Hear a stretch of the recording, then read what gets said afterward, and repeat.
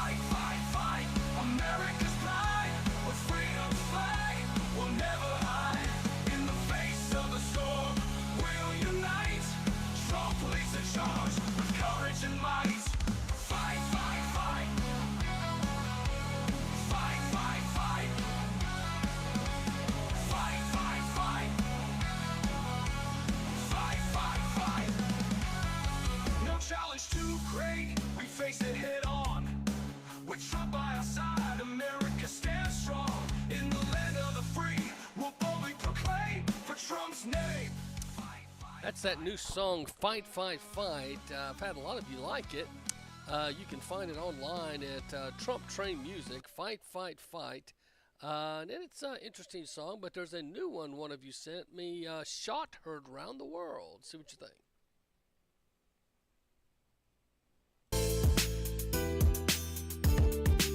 Shot, yeah, shot heard around the world. Oh, shot heard around the world. State of the nation is heartbreaking. Enemies plotting assassination, but serenity is yours for the taking. If you wanna be the light illumination, if you wanna stand and fight for what you believe, don't cover us by your blood. There's too much blood in the street. For a shot, one kill to make it hard to sleep. Who you gonna call? Who do you need? Jesus, we need freedom. Oh yeah. And high grace is here, that's God's blessing. No, it wasn't your time, but now it's go time. Oh, it's a dirty game. Is this what you signed up for? Oh, it's such a shame. A nation on the verge of war. Oh, we need a change. Something different. Oh, it's a dirty game. They try to hit my crazy up, but them demons didn't finish. It's a dirty, dirty world that we live in. First 34 counts, then the bullets flying. One shot that left the whole world traumatized. How the Secret Service ain't see it coming. I guess Biden paid them boys some money. Biden called ahead, but he missed. Then Trump stands up, raising his fist. So stand up, don't quit, don't give up. Fight for what's right, don't let up. If you slip and you fall, just get up. Mama told me, boy, keep your head up. Bad weather, but we stand through the rain. Stand together, it's time for a change. Shot heard around the world, but can't break us, yeah. Oh, it's a dirty game. Is this what you signed up for? Oh, it's such a shame. A nation on the verge of war. Oh, we need a change. This is a new song someone sent me, Shot Heard Around the World. Trump Latinos with Brett Rayo. It's a parody song. Trump is creating a lot of buzz with these new songs. And Shot Heard Around the World. Got another one for you that I think's a little bit more apropos according to what we're dealing with today. See what you think about this one. I think you might have a tough time not having a laugh. Hang on. Well, it's a new day in the old USA, and boy, do we have a story to tell. Biden dropped out, left the race today. Now the Dems are scrambling, don't know what to say. Confusion in the air like a wild stampede. They're trying to find a leader, someone to take the lead. Biden dropped out, left them high and dry. Now they're searching for answers, looking to the sky. Biden dropped out, chaos all around. The Democrats are scrambling, trying to hold their ground.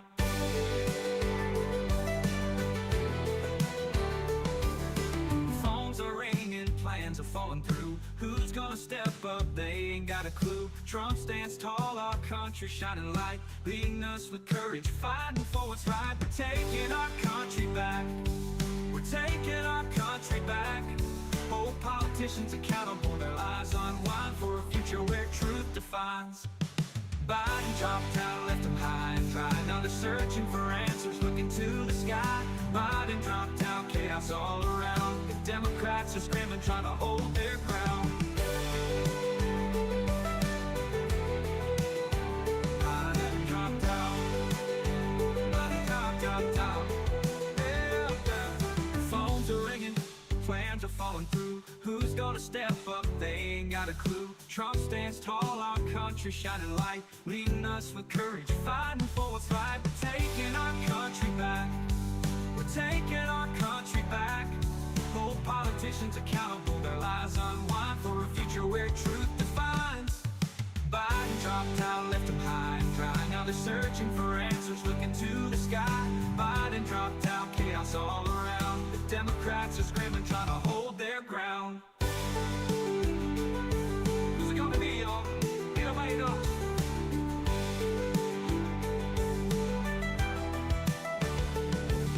Humors to the ranks, looking for a star, someone to take the reins, someone who'll go far. But the choices are slim, the future's looking bleak. The party's in a tizzy, and the outlook's kinda weak. We're taking our country back, we're taking our country back. Hold politicians accountable, their lies unwind for a future where truth defines. Biden dropped out, left them high and dry. Now the search. Biden dropped out, left them high and dry. Cute little song. Play it later in the show.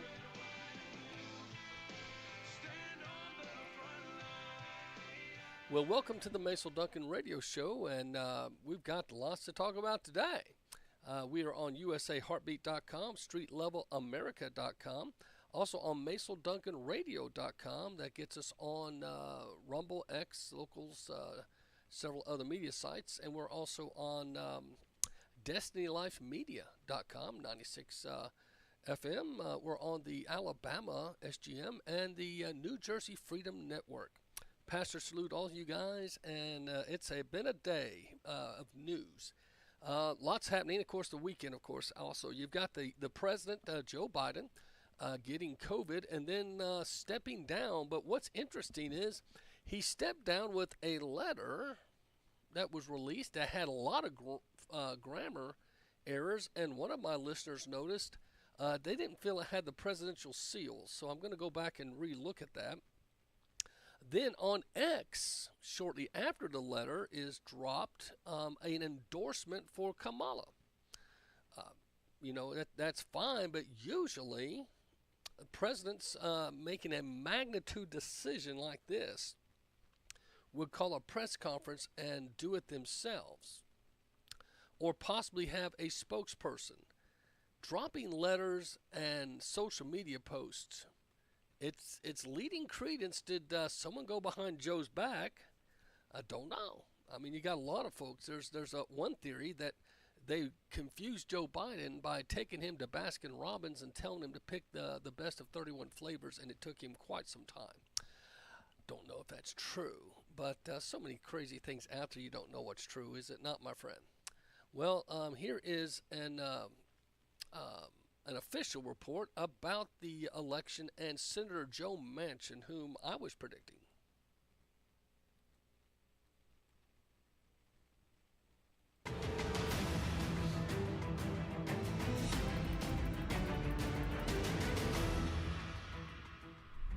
No presidential candidate has ever dropped out of the race this close to Election Day. So the Democratic Party has some serious questions to answer, starting with who's at the top of their ticket. So let the chatter begin. A lot of noise surrounded West Virginia Senator Joe Manchin, who is retiring from the Senate in January. He left the Democratic Party in May. Several news outlets talked with their anonymous sources about Manchin potentially coming back to the party and throwing his hat in the ring to run as a more moderate Democrat. And while there were plenty of headlines and rumors about his potential run for president in 2024, he has since shut those down. Manchin telling CBS News Monday morning he is not running for office, nor will he be anyone's running mate. And that's how fast the news cycle changes. Headlines out just hours apart from the others, announcing Manchin isn't the guy as the party searches for its new leadership after this weekend shakeup. So I was one that threw that out this past week, as many others possibly, that it's very interesting, and this is one I'd love to hear him explain. For some reason, Joe Manchin a couple of months ago decided to label himself an independent. He said, I'm not running for re-election, but I'm going to be an independent. Okay? If you've only got like 6 months left, why make that change? Why go on the record as an independent when you've been a lifelong Democrat?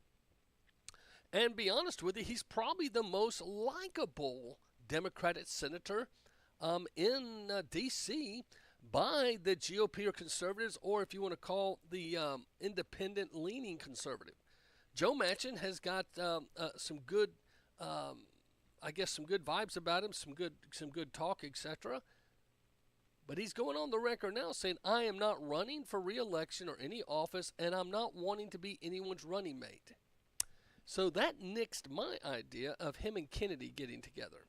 I know Kennedy has announced the lady from Google with the big checkbook, but a whole lot more attractive would it not be if Kennedy and Joe Manchin were a ticket? So he is completely said no way. So let's just take people at their word. Oh, Michelle Obama said no way. Joe Manchin said no way. To me, those are two of your more popular Democrats that say they don't want to run in this short time frame of an election. Could be interesting. Now, some people have floated Gretchen Whitmer from Michigan. The main reason I think they're floating that is because at the moment, Donald Trump has an advantage in the Rust Belt. By adding J.D. Vance from Ohio, which, is kissing cousins right next to Minnesota, Michigan, and Wisconsin, and Pennsylvania, that was a very good strategic move because you have a likable young senator there in the heartbeat land of the country that could probably appeal to a lot of those young folks, especially with his story being raised from a single mother that struggled with addictions, struggled financially. I mean, who can't relate to those stories? And so it's going to be interesting to see how that happens. So you're expecting probably Kamala Harris, if she gets the official nod, will likewise pick someone from Michigan, maybe Wisconsin, Pennsylvania, or Minnesota. The one I would almost X out right now is the governor of Pennsylvania. He's Jewish. The reason I say that, I don't have a problem with him being Jewish, but the Republican side has reached out to Israel. The Democrats have been giving Israel the Heisman. And Biden trying to appease the Palestinian movement within his party. Remember, delayed weapons and different things. There's a rift between the Jews and the Democrats right now. That's just a fact. You can go check that on many sites. But I think what's going to be interesting is if she picks a governor as a running mate, I think it'll be Gretchen Whitmer, because Michigan is, again, got J.D. Vance in Ohio. Gretchen could stop the bleeding in Michigan at least. Because if Trump were to get Pennsylvania, Michigan, Wisconsin, it's over. It's over. He's already leading in Nevada. Good chance he's going to flip back Georgia and Arizona. All the polls are showing. Biden or Kamala or whoever they run right now is having a tough time because Trump is surging ahead, not just in the traditional states, but he's winning back states, according to the polls, that were one-time red states, as I mentioned, Arizona and Georgia. But he's got a lead in Nevada, New Hampshire. They're even saying New York and New Jersey are in play. So that's the situation. And I wonder what will happen. But anyway, Senator Manchin has said absolutely no, not going to do it. Now, prominent names from both sides of the aisle have reacted to Biden's decision not to run. Let's take a listen. There was immediate reaction from prominent people in the Democratic Party, including former President Obama, the Clintons, and major labor organizations. There was also reaction from the Republican side of the aisle, the House Speaker calling for President Biden to resign now. Senate Majority Leader Chuck Schumer and former House Speaker Nancy Pelosi both supported Biden's decision, calling it a difficult one to make, but the right one. Then a joint statement from the Clintons, not only supporting Biden's decision to drop out, but also supporting his endorsement to replace him, throwing their support behind Vice President Kamala Harris. Former President Obama published a lengthy statement to social media following Biden's announcement, touting Biden's successes in his long political career, including his time as Obama's VP, and says the Democratic Party is now entering uncharted waters. On the Republican side, House Speaker Mike Johnson says if Biden isn't fit to run for president, he's not fit to serve as one. And the Republican nominee, former President Donald Trump, now canceling a presidential debate that was scheduled for October amid uncertainty on who will be the Democratic nominee. So what is next for the Democratic Party? It'll probably be a busy week of further endorsements and questions swirling around who would be the vice president on the Democratic ticket if Kamala is the presidential candidate. The party as a whole, after a tumultuous few weeks since debate night, seems re-energized, with reports showing the party raising nearly $50 million since Biden's announcement. While a lot of attention turns to Kamala Harris in the coming days, it won't be until the Democratic convention next month that the party secures its nominee to take on former President Trump in November. So I think one thing we know for sure is Elvis can be quoted to Joe Biden. Is over.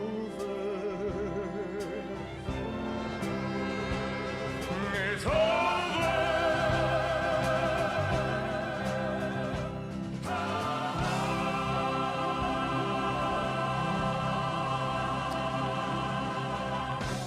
Yeah, I think Elvis has got it down. It's over, Joe, and we all kind of knew it.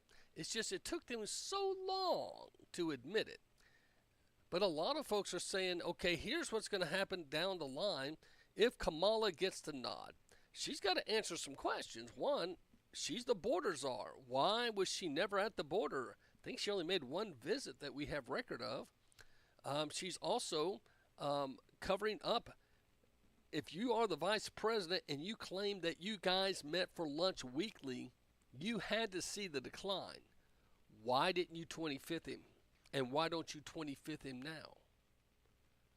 Good question.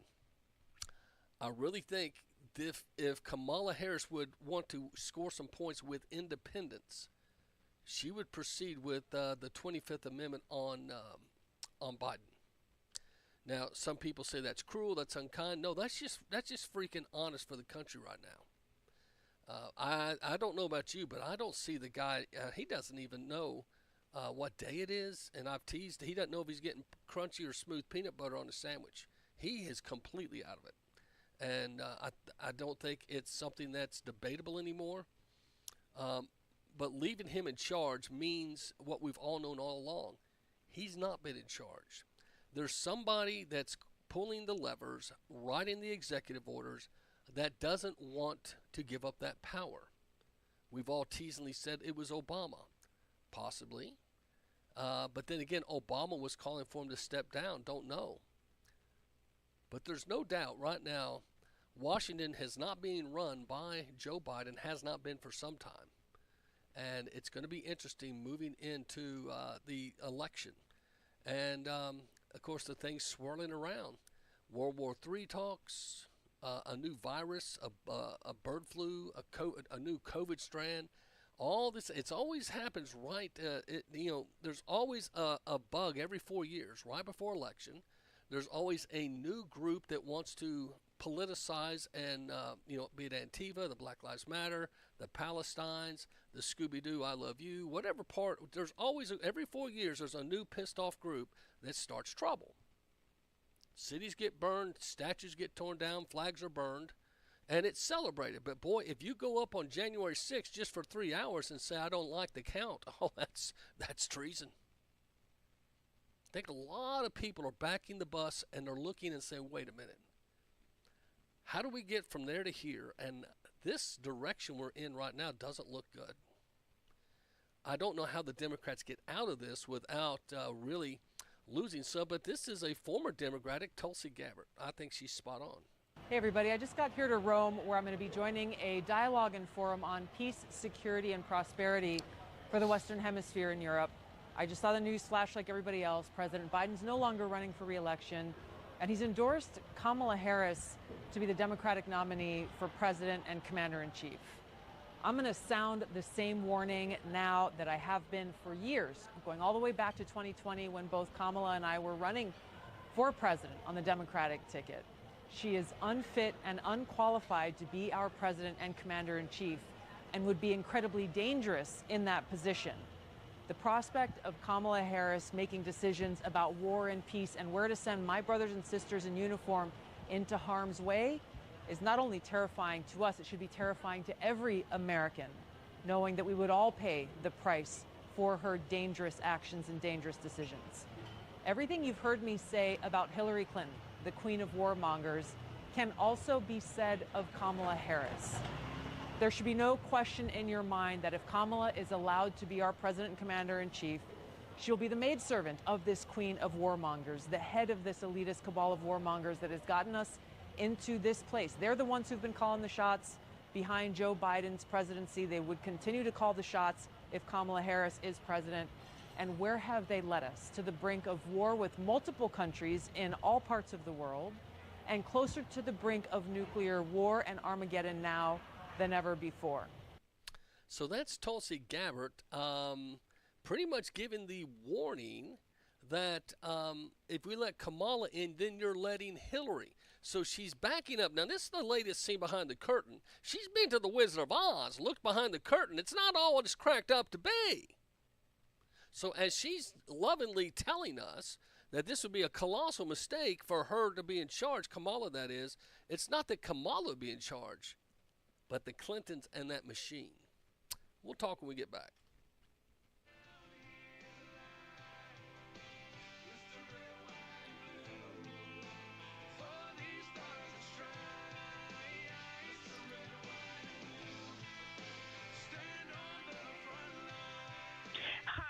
I just wanted to share that I love the radio show that Macil does. He just tells it like it is, which is so refreshing for a media outlet. He has an easygoing and uplifting personality, and he just makes you feel like you're a friend sitting in their living room talking. He does not fall for the gaslighting of today, and he shares the truth of the matter. I love his sense of humor, and his sound effects are great, like when he whistles, cracks me up. He has so much wisdom, and his variety of guests is just awesome. I learn a lot from his show. He does his research, obviously. So I just really wanted to say thank you, Chattanooga Radio. I just love this show. Thanks so much. Bye-bye. We are growing better together all the time. Those are the words of Dr. Steve Ball of Metro Tabernacle Church in Chattanooga, Tennessee.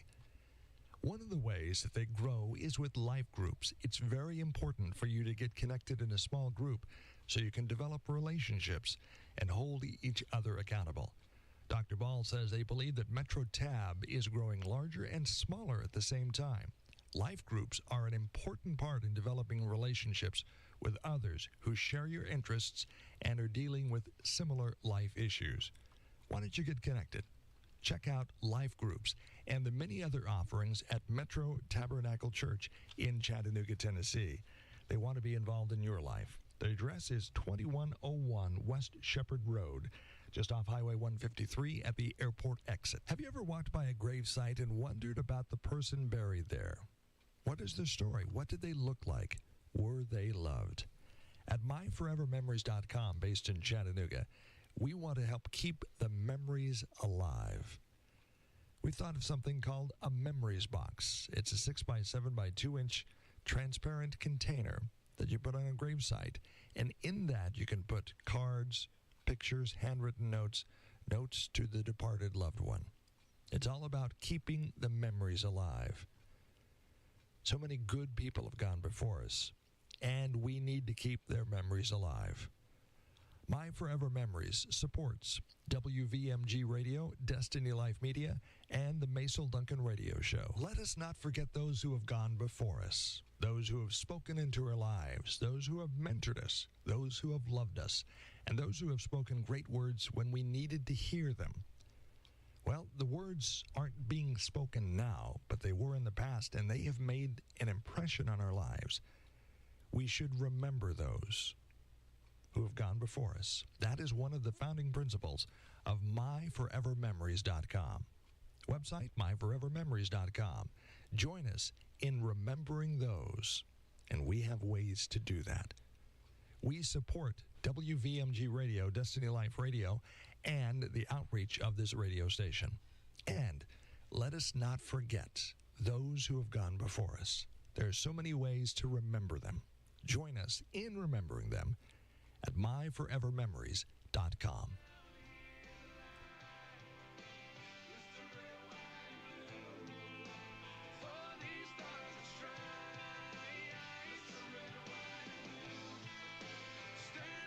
The Secret Service's solemn mission is to protect our nation's leaders. On July 13th, we failed. As a director of the United States Secret Service, I take full responsibility for any security lapse of our agency. Well, I think that says it all. The Secret Service chief, she went to Capitol Hill today, and she played a little dodgeball. She would not answer any questions. And she made the statement, we won't throw other agency under the bus. But all she said with 3 letters, FBI. Can you tell us this? Oh, no, it's an FBI investigation. Can you tell us this? No, it's an FBI investigation. Can you confirm this? No, it's an FBI investigation. I think she did an adequate job of pretty much throwing the FBI and the Secret Service under the bus. And in such a way that I think the chairman of the committee said it very well, and this was what he said in the closing remarks after the grilling today of the lying Secret Service chief. I'll deliver my closing remarks. Director Cheadle, I've subpoenaed you to appear today to get answers for the American people about the failures that led to the assassination attempt of President Donald J. Trump. Unfortunately, you refuse to answer today. Unfortunately, you refuse to answer today. Unfortunately, you refuse to answer today. Ed, this committee is not known for its model of bipartisanship, but I think today we came together unanimously in our disappointment for your lack of answers. You've stated that the FBI will investigate and give a report, and you estimate 60 days. We've been waiting for months and months for lots of different bits of information from the FBI. We have no confidence in the FBI. The majority of this committee has no confidence in the FBI. Now that, my friend, I believe is the nation right now. If you are an FBI agent, especially if you're monitoring channels such as mine or others, understand we don't trust you. You may think you're investigating us and checking everything out, but understand there's a big dislike, distrust, and rightfully so. You guys have become the goon squad that goes and arrests citizens and put them in prison, many of them without even knowing their violation and without legal representation. So I think there's a lot of people concerned. This incident there's been no press conference. The Secret Service offered us absolutely nothing prior to today, and all she did was she leaked a few things to an ABC, and if you remember, she said, "Oh, it was a roof issue." We've played that, and I'll play it later. So there's obviously somebody telling her not to say anything. Now, the timing, I'm always telling you about timing. I think it's very interesting that Joe Biden decided at this moment to step away. Because right now, the narrative, you've got the popular, Trump was shot, and that has gotten a lot of attention. Okay, and that probably bugs him to know Trump's getting so much attention. Well, because Trump got shot, then the Secret Service is getting a lot of attention. And their inadequacies and the questions and the obviously mess up. So then on that, why not go ahead and slip in and read that Biden will step down? He's not resigning from office. He's just saying, I'm not going to run again and freeing up his delegates. So understand what's happening. I believe the DNC is going to use this time to maneuver and do what they do best, just because I think this is what I'm hearing from Democrats and some independents, not Republicans. Of course, we agree with this. They would not allow a primary, anyone to primary Joe Biden. Because remember, was it Dean Phillips, I think was his name? And you had Robert Kennedy said they would like to be the Democratic nominee. But the Democratic convention, and you got to ask yourself, who made that decision? Who said that Joe Biden automatically became coronated the Democratic Party leader? They made Donald Trump go through. He had to run and had to deal with re-election issues every time from 2016 to 2020, and now going for 2024. The GOP made sure others had a chance if they wanted to run against him. And so my point is, the Democrats said, no, we in a little small, high and mighty group, we want to select and just go with Joe. Well, they're doing it again. And the sad thing is, if I'm Joe Biden, I'm saying, crud, they're doing to me pretty much what they've done to everybody else, throwing me to the curb. So it's going to be interesting. I don't know if you guys agree with me, but I think it's interesting. Now, the grilling at the Capitol, as I said, this was your Secret Service chief, Kimberly Cheadle, and I think it's interesting that if you take L-E off her last name, it's Cheat. I don't know if anyone else noticed that. Kimberly Cheat. Oh. The Secret Service's solemn mission is to protect our nation's leaders. On July 13th, we failed. As a director of the on July 13th, we failed. On July 13th, we failed. On July 13th, we failed. On July 13th, we failed. As a director of the United States Secret Service, I take full responsibility for any security lapse of our agency. We are fully cooperating with ongoing investigations.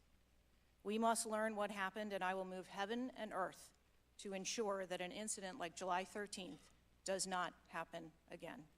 She will move heaven and earth. Or will the FBI? All she talked about today was the FBI. She acted like they're not doing anything. This lady caught the wrath of El Shakaru by a fellow Democrat. The Democrats are calling for her to be either fired or resign. Chair, now recognize Mr. Khanna from California. Thank you, Mr. Chair. I want to thank the chair and the ranking member for convening this hearing on a bipartisan basis.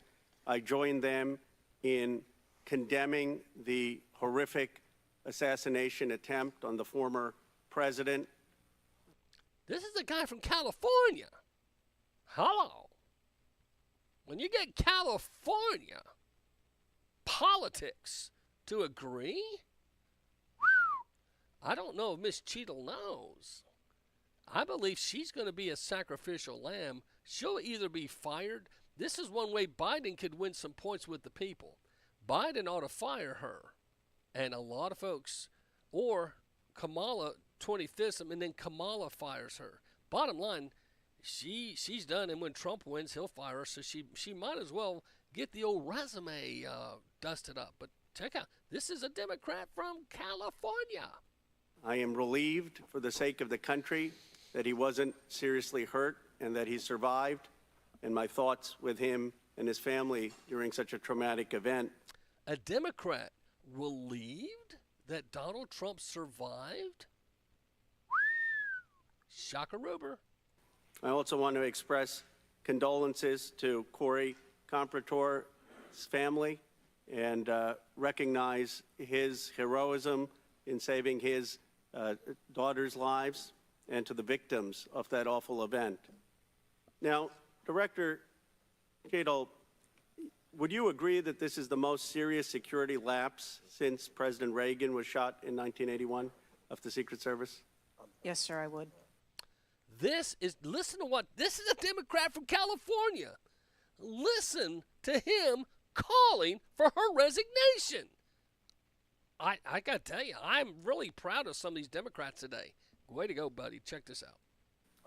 And, do you know what Stuart Knight did when he was in charge at the time of the Secret Service? You know what he did afterwards? He remained on duty. He resigned. He resigned. And She didn't even know. She's been in the Secret Service for 28 years and didn't know that fact. you know what he did afterwards? He remained on duty. Service. You know what he did? He did afterwards? He remained on duty. He resigned. He resigned. And Stuart Knight was not a Democratic appointee or a Republican appointee. Look, I'm not questioning your judgment. I just don't think this is partisan. If you have an assassination attempt on a president, a former president, or a candidate, you need to resign. That's. Can you believe a Democrat just told her to resign? I got to play this again. This is like Alabama fans singing Rocky Top. If you have an assassination attempt on a president, a former president, or a candidate, you need to resign. That's what Stuart Knight did. He was a candidate. You need to resign. A candidate, you need to resign. You need to resign. You need to resign. You need to resign. That's what Stuart Knight did. He was a Republican appointee, and he took responsibility. And I think you need to reflect. This is not a question of you. It's a question of the American people. You cannot go leading a Secret Service agency when there is an assassination attempt on a presidential candidate. I would say that about anyone who is running. And so I guess my question to you is, what's the difference between your position and what Stuart Knight did? What I will tell you, sir, is that I am dedicated to finding the answers to what happened. And like every Secret Service agent, we don't shirk from our responsibilities. I will remain on and be responsible to the agency, to this committee, to the former president, and to the American public. But is there a reason you wouldn't just do what Stuart Knight did after the Reagan assassination attempt? I believe that I provided an answer. There's nothing more that you have to say? I mean, do you really believe at this moment, given how divided the country is and the questions asked, that your service in this role is the best for the nation? I mean, I'm not saying you can't do public service again, you can't do something else again. Do you really genuinely in your heart believe that you being in this role is what's right for America at this moment? I mean, do you think there are people who are Trump supporters who have confidence in you? The one thing that we've got to have agencies in this country that are transcend politics, that have the confidence of independents, Democrats, Republicans, progressives, conservatives. Do you really believe that the majority of this country has confidence in you right now? I believe that the country deserves answers, and I am committed to finding those answers and providing those answers. Well, that's a lie. That's a lie, but the rumor is that Colgate and Crest have been contacted. Both of the toothpaste companies have been asked to ship lots of toothpaste to the Secret Service to get that BS smell out of their mouth, because that is a lie. She did not answer a single question. They asked her how many bullets were found on the roof, and she said, you have to ask the FBI. Asking about perimeter, have to ask FBI. She was asked why at Trump rallies you're not allowed to bring backpacks, weapons, you're not allowed to bring bicycles, etc. Why was this kid not only carrying a weapon, he was allowed in with a backpack, he was allowed in with his bicycle, and on top of that, they brought up the fact, and she had to admit, this kid was using a drone the day before and the day of the rally early that morning. This is unacceptable. But I got to be honest with you. You want to know something that shocked and rude me to death was AOC. You ought to go listen to that full statement. I'm just going to play you a minute of it. But AOC pretty much rebuked her and said she's got to go. When have the Democrats been on the same song sheet as us? As a person who has experienced an enormous amount of threat incidents, including incidents that have never been reported publicly,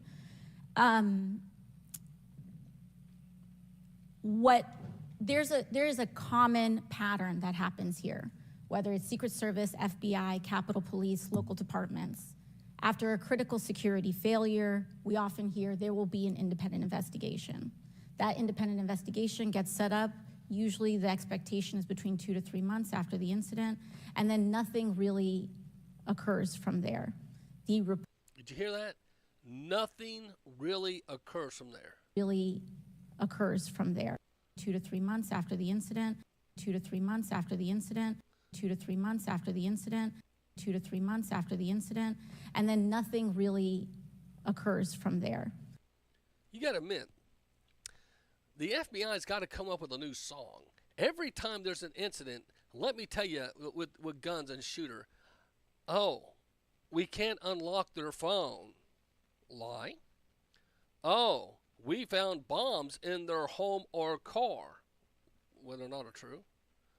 Oh, this person was not politically motivated or connected with anyone else. They acted alone. Lie. Then the fourth thing, we don't have any documentation from the shooter that tells us what his true agenda or hers was. Lie.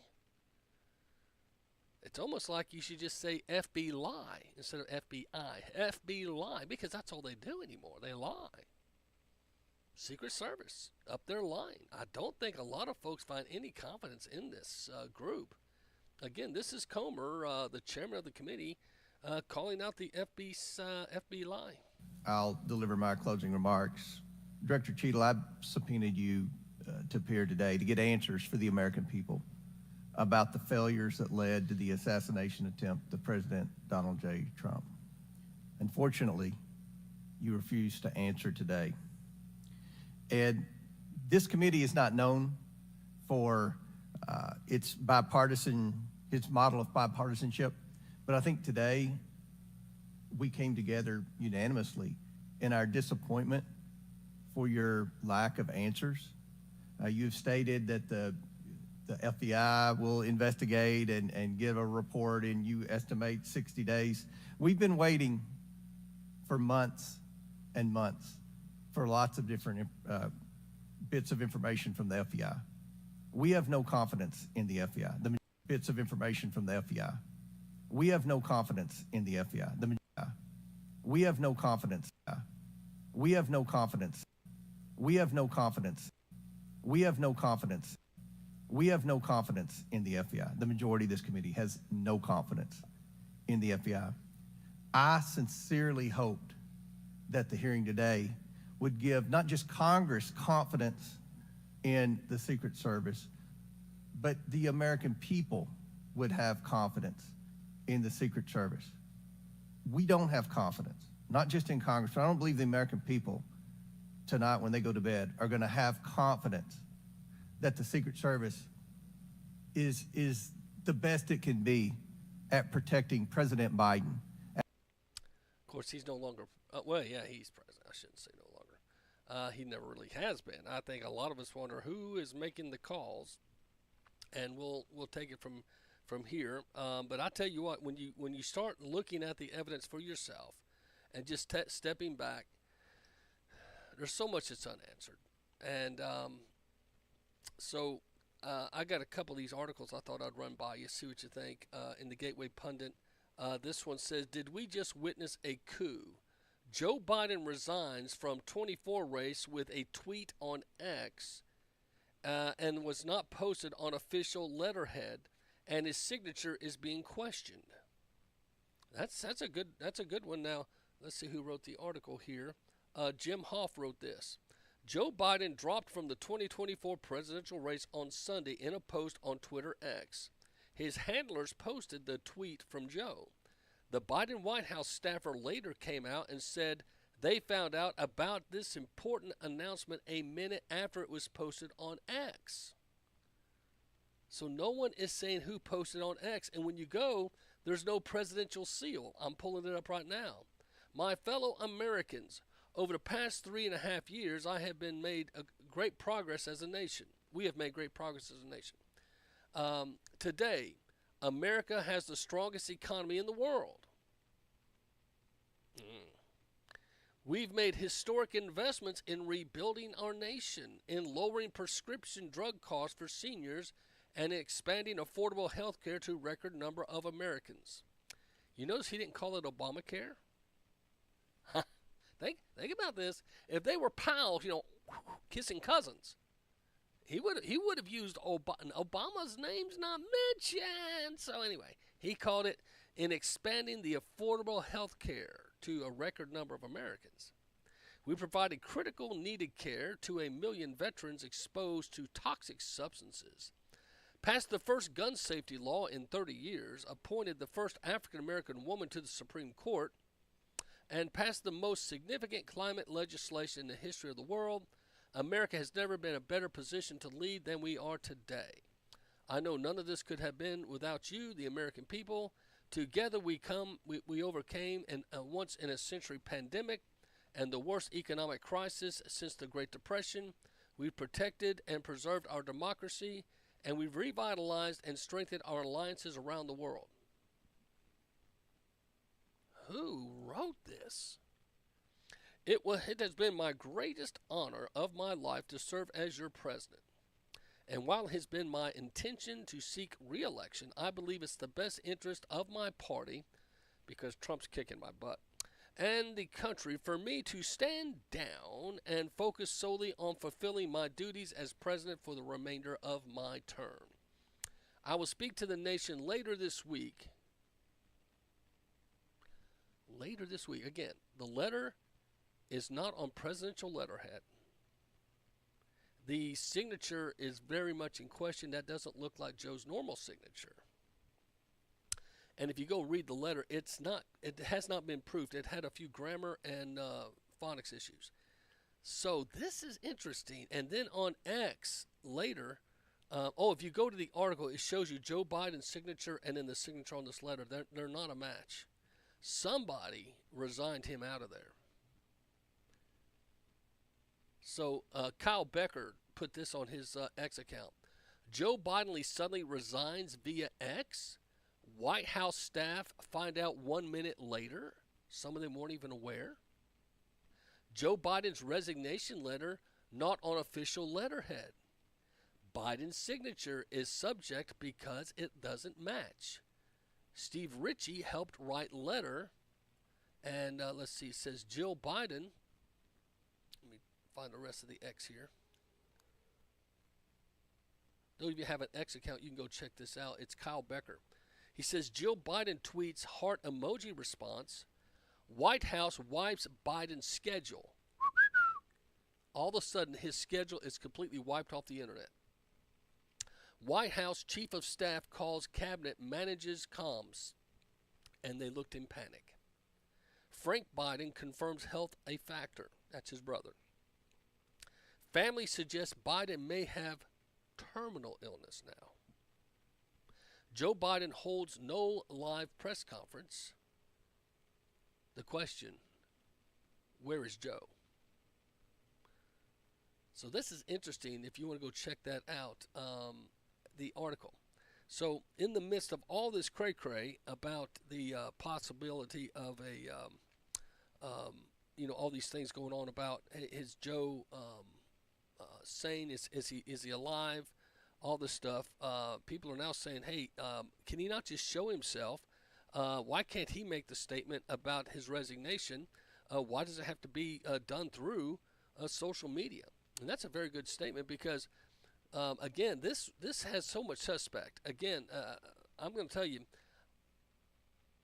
I know the Q people are going nuts.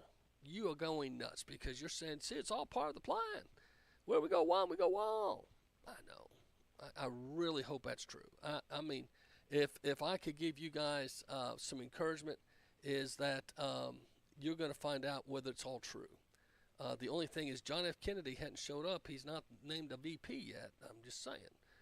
We'll see what happens. But right now it looks like it's J.D. Vance. Another article says, holy crap. Secret Service director admits that crooks had a rangefinder and that was completely acceptable. She did. She said in the testimony, it's not illegal to have a rangefinder and it's not illegal to carry a backpack. When they asked her why was this not flagged by, and then of course Marjorie Taylor Greene and others said, listen, you're not allowed to go to Trump rallies with any of that kind of equipment. At least the standard protocol in the past is that's a red flag. You're asked to leave. All she said was it's legal. It's not illegal to carry that stuff. And so the United States Secret Service Director Kimberly Cheatle, a keyword in her last name Cheatle is cheat. That's the root word, cheat. Testifies before the House Oversight Committee on Monday morning. She stonewalled during the interview. She refused to answer any pertinent questions. Cheatle did not answer any important questions and blamed it all on an ongoing investigation or said you'll have to contact the FBI. Very convenient, Miss Cheatle. Why did you even show up? I'm just saying.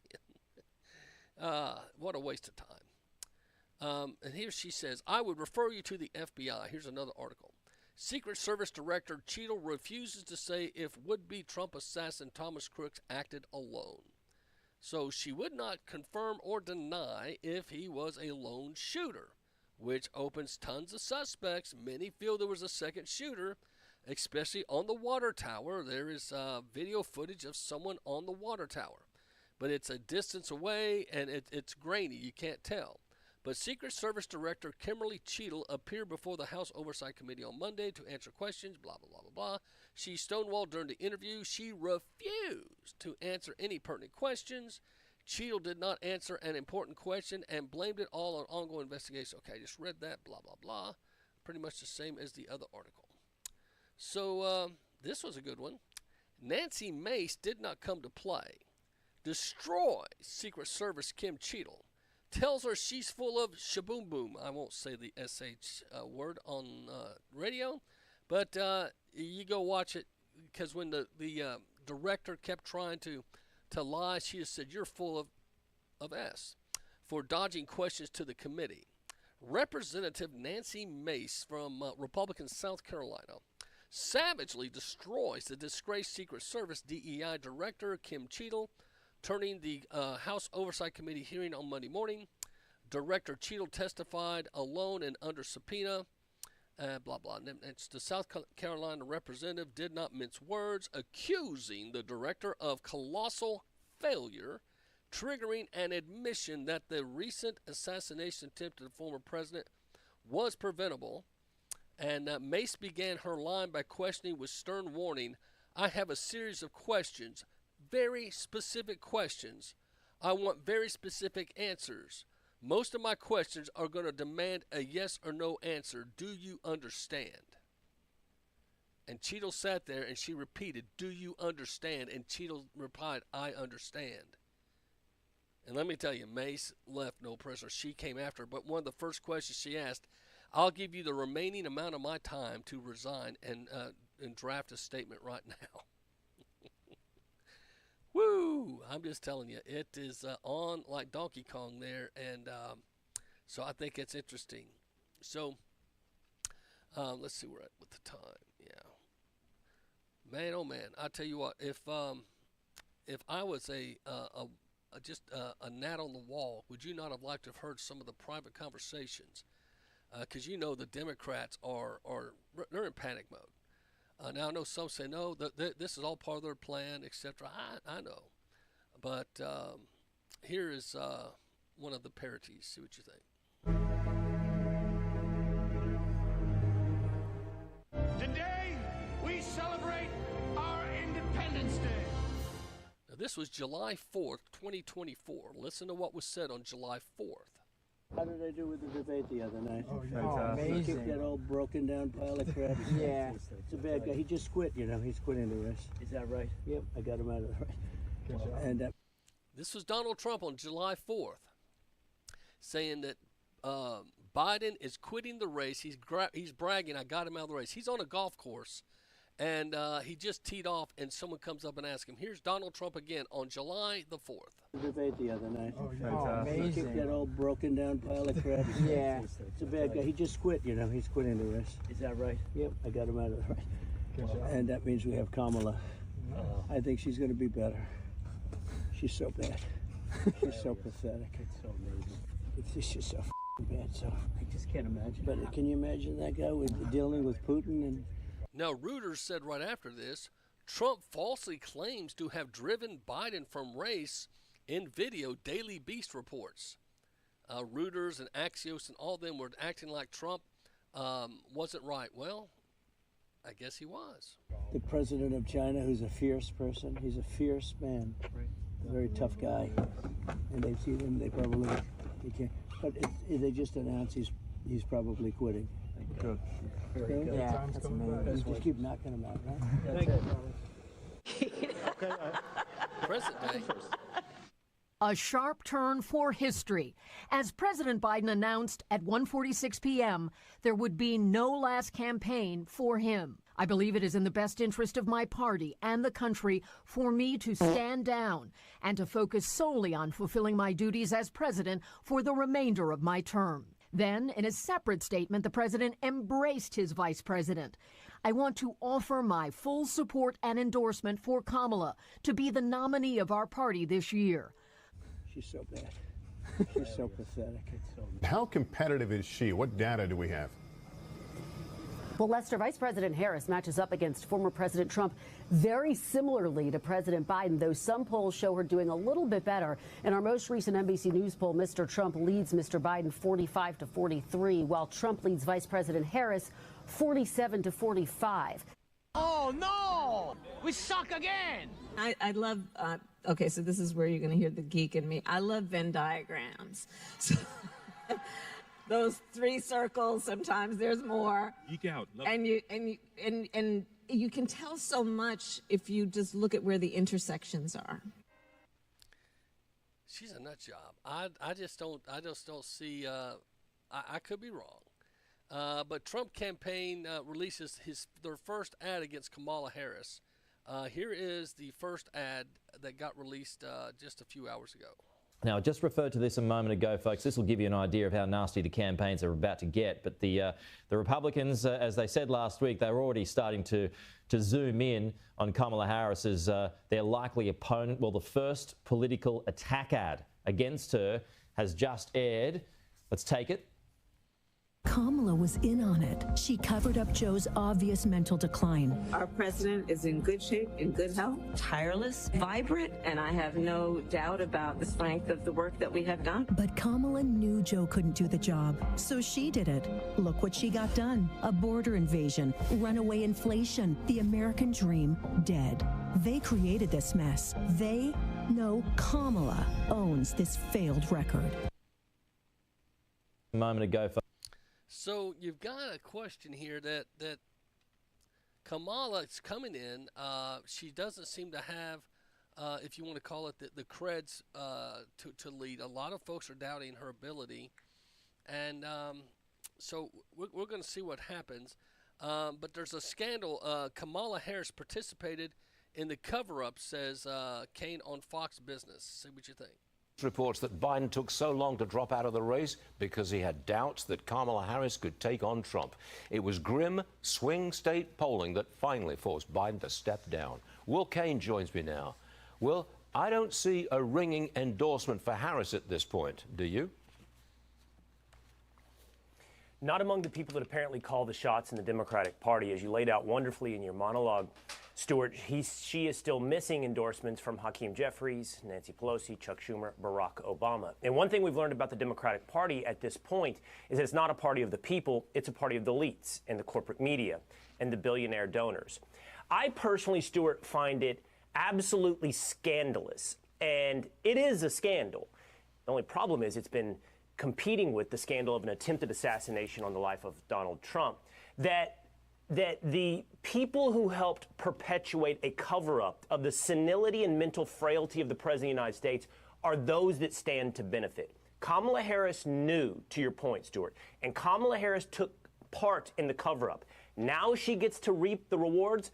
The only thing more scandalous than this is a party that deletes the voter, ignores the primary, lets their future be decided by billionaires and corporate media and political elites, and does it while raising the banner of saving democracy. I mean, the only problem with, accurately I should say, pointing out the scandalous nature of each of these stories is they're competing with one another, and that's the insanity of the times that we're living in, Stuart. I mentioned that just earlier. The stories are competing. Donald Trump getting shot, Biden stepping away, and Kamala taking over. The competing stories. It's going to be interesting to see. Now, I want to remind you that just this is only a minute.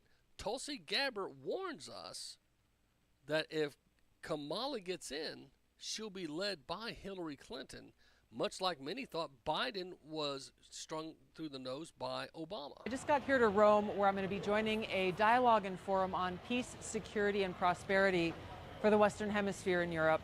I just saw the news flash like everybody else. President Biden's no longer running for re-election, and he's endorsed Kamala Harris to be the Democratic nominee for president and commander-in-chief. I'm going to sound the same warning now that I have been for years, going all the way back to 2020 when both Kamala and I were running for president on the Democratic ticket. She is unfit and unqualified to be our president and commander-in-chief and would be incredibly dangerous in that position. The prospect of Kamala Harris making decisions about war and peace and where to send my brothers and sisters in uniform into harm's way is not only terrifying to us, it should be terrifying to every American, knowing that we would all pay the price for her dangerous actions and dangerous decisions. Now listen to this. After her saying how dangerous she is, this is why she's dangerous. Hillary Clinton. Everything you've heard me say about Hillary Clinton, the queen of warmongers, can also be said of Kamala Harris. There should be no question in your mind that if Kamala is allowed to be our president and commander-in-chief, she'll be the maidservant of this queen of warmongers, the head of this elitist cabal of warmongers that has gotten us into this place. They're the ones who've been calling the shots behind Joe Biden's presidency. They would continue to call the shots if Kamala Harris is president. And where have they led us? To the brink of war with multiple countries in all parts of the world, and closer to the brink of nuclear war and Armageddon now than ever before. Wow, so that's Tulsi Gabbard, former Democrat and former presidential candidate. She came from Hawaii now. That's a liberal state. So she's calling out her own liberal party. That ought to tell you something there. She understands. Now, the problem that Kamala's going to have is that she is the border czar, and she's supposed to be shoring up the border, but that's not what's happening. There's a migrant caravan right now headed to the U.S. border, fearing Trump's immigration policies. That's right. There's another big group coming to our country, and it looks like it's going to hit any day now. Reuters is reporting roughly 3,000 migrants from nearly a dozen Latin American countries are trekking toward the U.S. southern border, spurred by concerns over potential policy changes should former President Donald Trump win the upcoming presidential election. Migrants set out from Ciudad Hidalgo, near Mexico's southern border, reportedly intending to seek asylum in the U.S. before any new immigration policies are imposed to tighten the border. The caravan's journey is driven by fears that a potential future Trump administration could reimpose stringent border policies, including restricting access to the CBP One app. So there's an app that they use to help people get into the border or get in our country. The Chinese online forum gives step-by-step guidelines how to use the U.S. border. This is technology from China. China's helping people get in our country. It's not only a rise in migrants from Mexico and Latin America countries coming across the U.S. southern border. The number of people coming from China has spiked dramatically. Last year, 37,000 Chinese citizens were apprehended at the border. That's 50 times more than 2 years earlier. Their corridor to the U.S., Ecuador, a Latin American country that didn't require people from China to have a visa in order to fly there until yesterday. Ecuador's Ministry of Foreign Affairs suspended its visa waiver into the country for Chinese nationals. The reason for the change in policy, what they call a worrying increase in numbers of people from China coming over and not leaving. So, the border's a mess. Kamala's the border czar. Do you guys feel comfortable with her being your next commander-in-chief? I don't. And my concern is if she were able to get into being the president. I know there's a bunch of ladies that you just don't care. You just want a woman to break the glass ceiling and be the first female president. I understand that. You feel like, wow, you'll just take anything that comes. But I hope you understand this lady is dangerous. I really think she is. She brings so much to me, compromised. She's not a strong person. She'll be so influenced, it's not even going to be funny. Well, this is the Patriot Pastor Macil Duncan. Thank you for listening to the show. We're about to wrap up Hour 1 and go into Hour 2. Don't forget my book, Move Your Mountains, Learn the Journey of Faith That Can Overcome. And I wrote the book, came out last October, so it's almost been out a year. And you can get it on Amazon, Books A Million, wherever you get your books. But Move Your Mountains, Learn the Journey of Faith. And I try to talk to you about things that are practical, tell funny stories. But if you have someone in your family that have anger issues or dealing with bitterness, I talk about that. I talk about how to grow your faith and how to increase your faith in God. Also tell, like I said, some funny stories about my life, and hopefully it encourages you, maybe give you a chuckle. We'll have to wait and see. But if you check out the book, I'd appreciate it. I'll be back after the break. Also, don't forget myforevermemories.com. If you'd like to get this wonderful thing for your loved ones, you can place it at any graveside. It's weatherproofed, and you can put a picture of your loved one at any gravesite, and it's a great thing. myforevermemories.com. Check it out.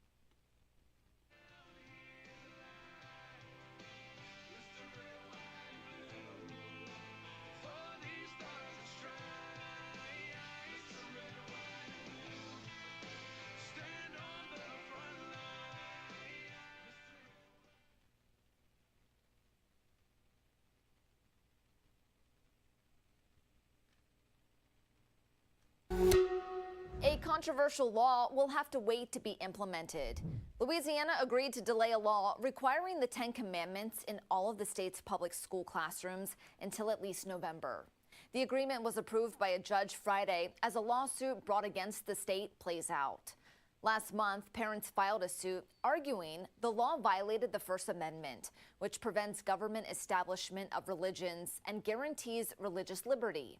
Proponents of the law contend the 10 Commandments belong in schools because they're historical and part of the foundation of U.S. law.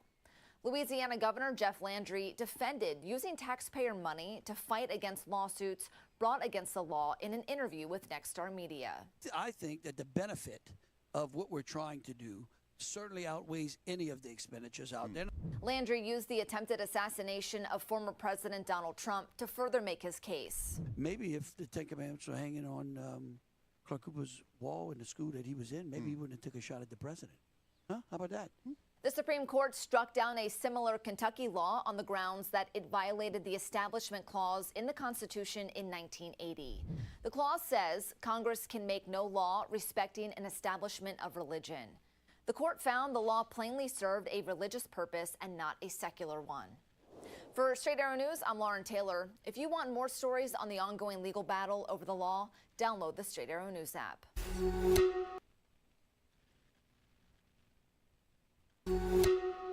Delta Airlines is struggling to get back to normal after last week's global cyber software outage. The company canceled more than 1,000 flights Sunday alone after having already canceled 3,500 since Friday's CrowdStrike outage.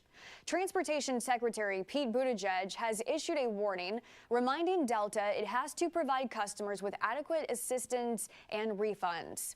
In his statement, Delta's CEO apologized to impacted customers and said canceling flights is always their last resort.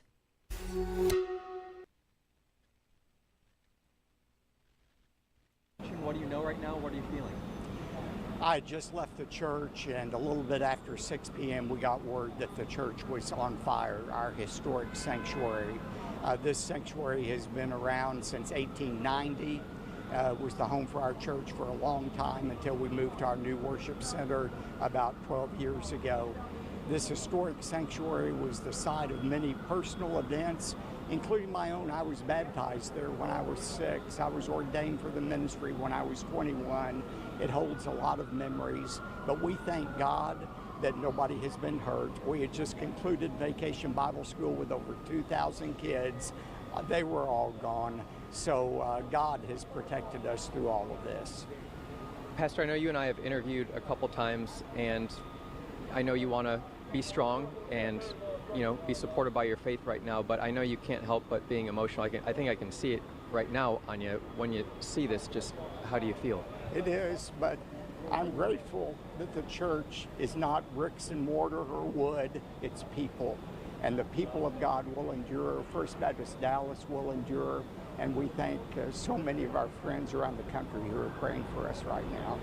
And before I let you go, just nothing you know about what caused it or what area of the sanctuary it happened in? We only know it's a historic sanctuary. We don't know anything about a cause. Nothing has been ruled in or out at this point. Thank you for taking time. I appreciate you, sir. That was Pastor Jeffries, as you may have heard. First Baptist Church in Dallas was set afire, and he was commenting, and what a shame. That church has got great historical memories, especially anyone in the Southern Baptist Convention. Just keep that church in your prayers.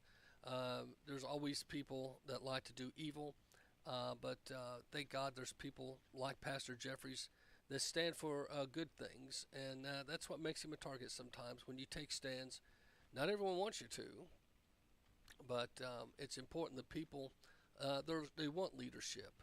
And what happened today is, as you know, if you're just joining the show, if you're joining us, there was a congressional hearing today at the Capitol.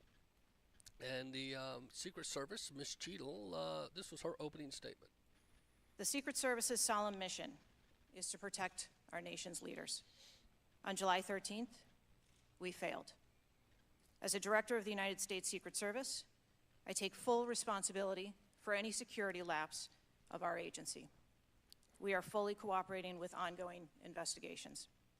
We must learn what happened, and I will move heaven and earth to ensure that an incident like July 13th does not happen again. Yet she stonewalled and would not answer the questions, and it got a lot of folks upset. And I'll play again in the 5 o'clock hour. But Democrats and Republicans alike were upset.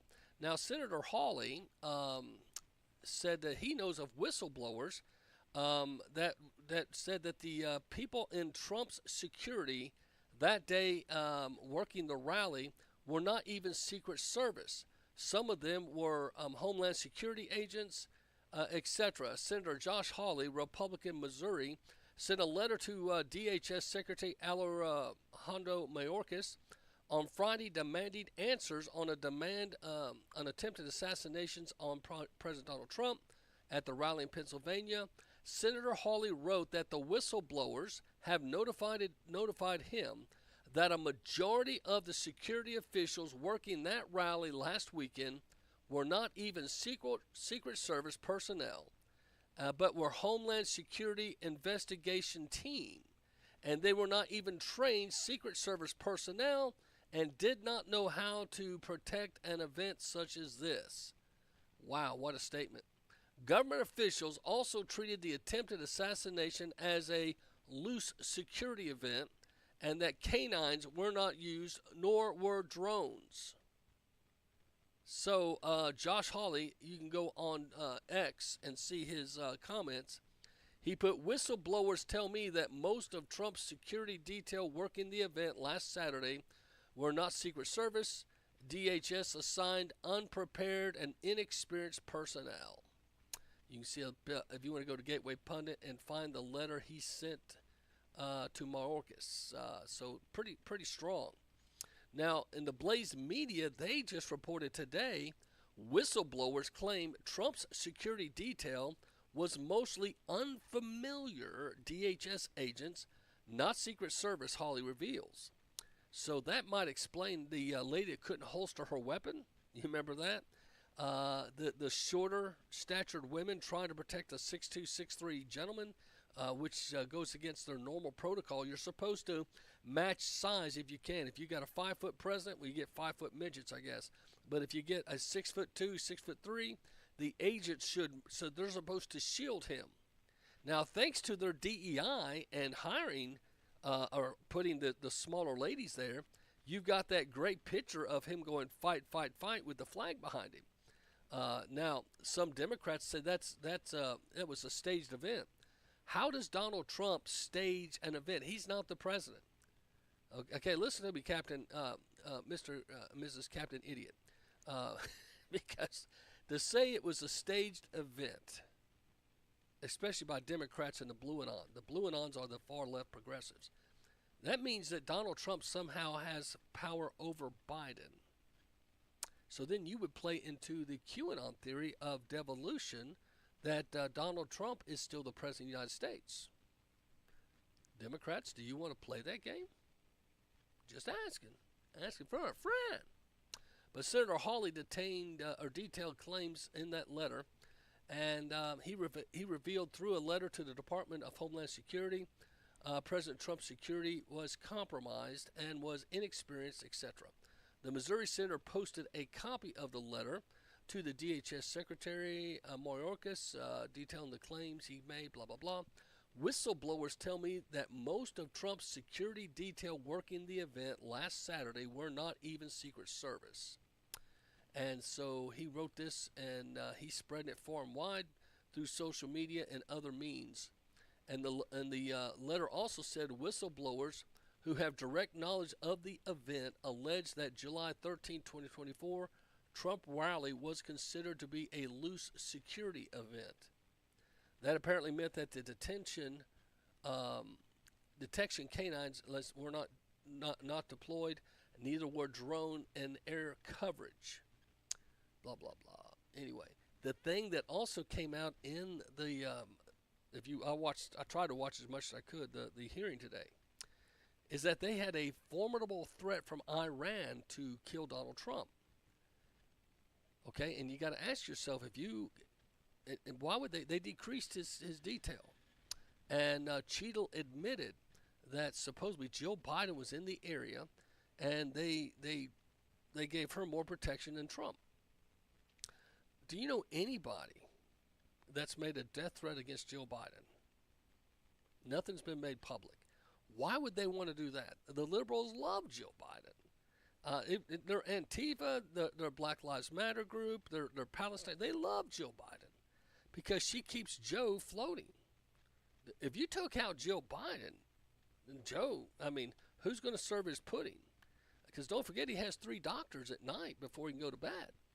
Dr. Jill brings him a Dr. Pepper and reads him a Dr. Seuss book. You take out Jill, that really messes up his pattern of understanding, and I don't think he could do that. Well, let's see. The Americans can be defined in one word. Joe Biden resigned, but this will go down in history. See what you think. America is a nation that can be defined in a single word. I was going to put him. America is a nation that can be defined in a single word. I was going to put him. America is a nation that can be defined in a single word. I was going to put him. I don't have the gift of interpretation. Does anyone out there speak tongues, and can anyone interpret what Biden was saying here? America is a nation that can be defined in a single word. I was going to put him. I was going to put him. I was going to put him. I was going to put him. Interesting. I just don't know, but that Joe is gone, and that's the interesting thing. A lot of people are seeing that he has not got the bid, if you will, the creds. And here's another ditty.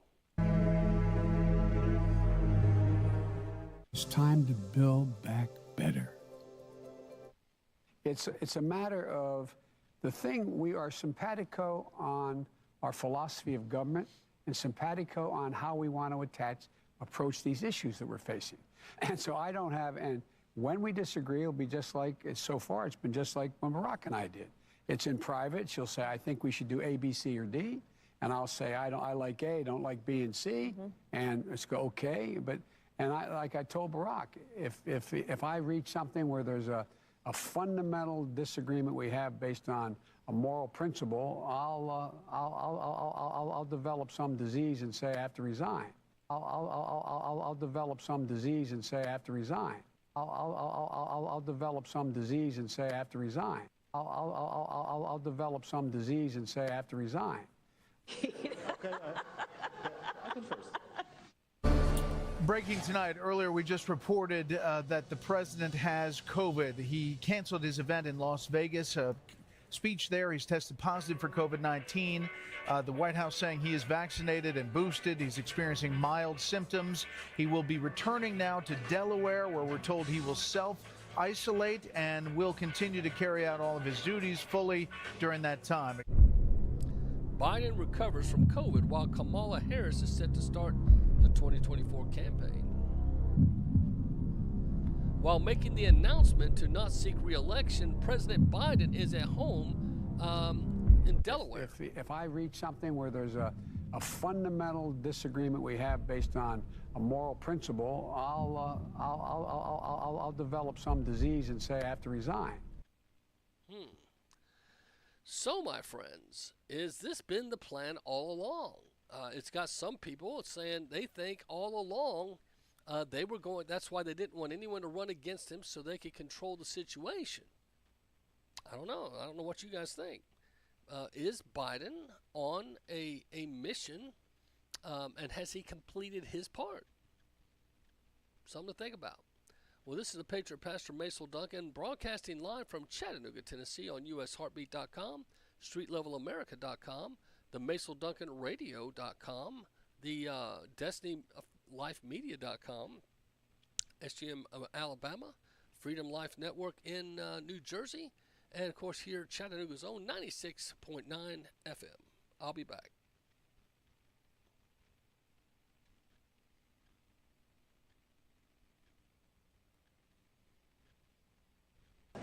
But what happened last week when they took a shot at my hero and they tried to kill the next president of the United States? Enough was enough. And I said, let Trumpomania run wild, brother. Let Trumpomania rule again. Let Trumpomania make America great again. Recognizes Miss Marjorie Taylor Greene from Georgia. Should that roof have been secure, period? That building in particular has a sloped roof, at its highest point. And so, you know, there's a safety factor that would be considered there, that we wouldn't want to put somebody up on a sloped roof. That doesn't make sense. And so, you know, the decision was made to secure the building from inside. Police snipers were inside building as Trump rally shooters. We want to put somebody up on a sloped roof. You're fired. Get out of here. And so she should be. And Cheatham was on Capitol Hill today answering questions, shall I say not answering questions. And this is one senator saying she needs to go. So here's the thing with the slopes. You go all the way up to like 1812. You can go to a 112, which is about as flat as you can get without it being completely flat. And you're saying that there was a danger, safety concern there. But the problem is, Director, you put your counter snipers on a 312 roof, which is steeper than the 112. And by the way, the 112 is ADA compliant. You can build a ramp for a wheelchair on a 112 roof. So these are nothing but pathetic excuses, and they make no sense, and they're a bunch of cow dung. All the law enforcement I've spoken with over the last 9 days are amazed that the AGR rooftop was not secure. And you want to know why? Because it's dangerous. I have never had any long gun training in my life. I own an AR-15, and last time I shot it one time my whole life. It was 6 years ago. That is until Saturday, where we recreated the events in Savoy, Texas. We recreated what happened in Butler. I was lying prone on a sloped roof at 130 yards at 6:30 at night. And I knew that he had a scope. I didn't know what kind, red dot or magnified. So I shot 8 rounds from both. You know what the result was? 15 out of 16 kill shots. And the one I missed would have hit the president's ear. That's a 94% success rate. And that shooter was a better shot than me. It is a miracle President Trump wasn't killed. Corey Comparatori's life is over because that damn shooter made it on the roof. And it wasn't the roof that was dangerous. It was a nut job on top of the roof. You know what else is dangerous? I believe your horrifying ineptitude and your lack of skilled leadership is a disgrace. Your obfuscating today is shameful. And you should be fired immediately and go back to Garden Doritos. Mr. Chairman, I yield back. you should be fired immediately and go back to guarding Doritos. Pretty strong statement there. But she got it from all sides, let me tell you. And she didn't seem to care. And I think that's what got a lot of people concerned. Well, then the shift is to the vice president.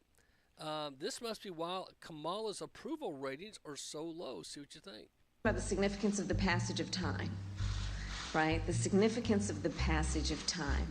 So when you think about it, there is great significance to the passage of time in terms of what we need to do to lay these wires, what we need to do to create these jobs.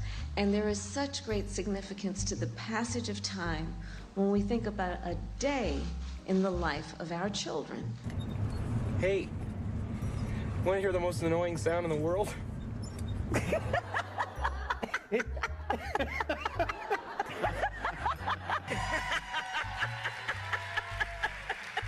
Why are you laughing? I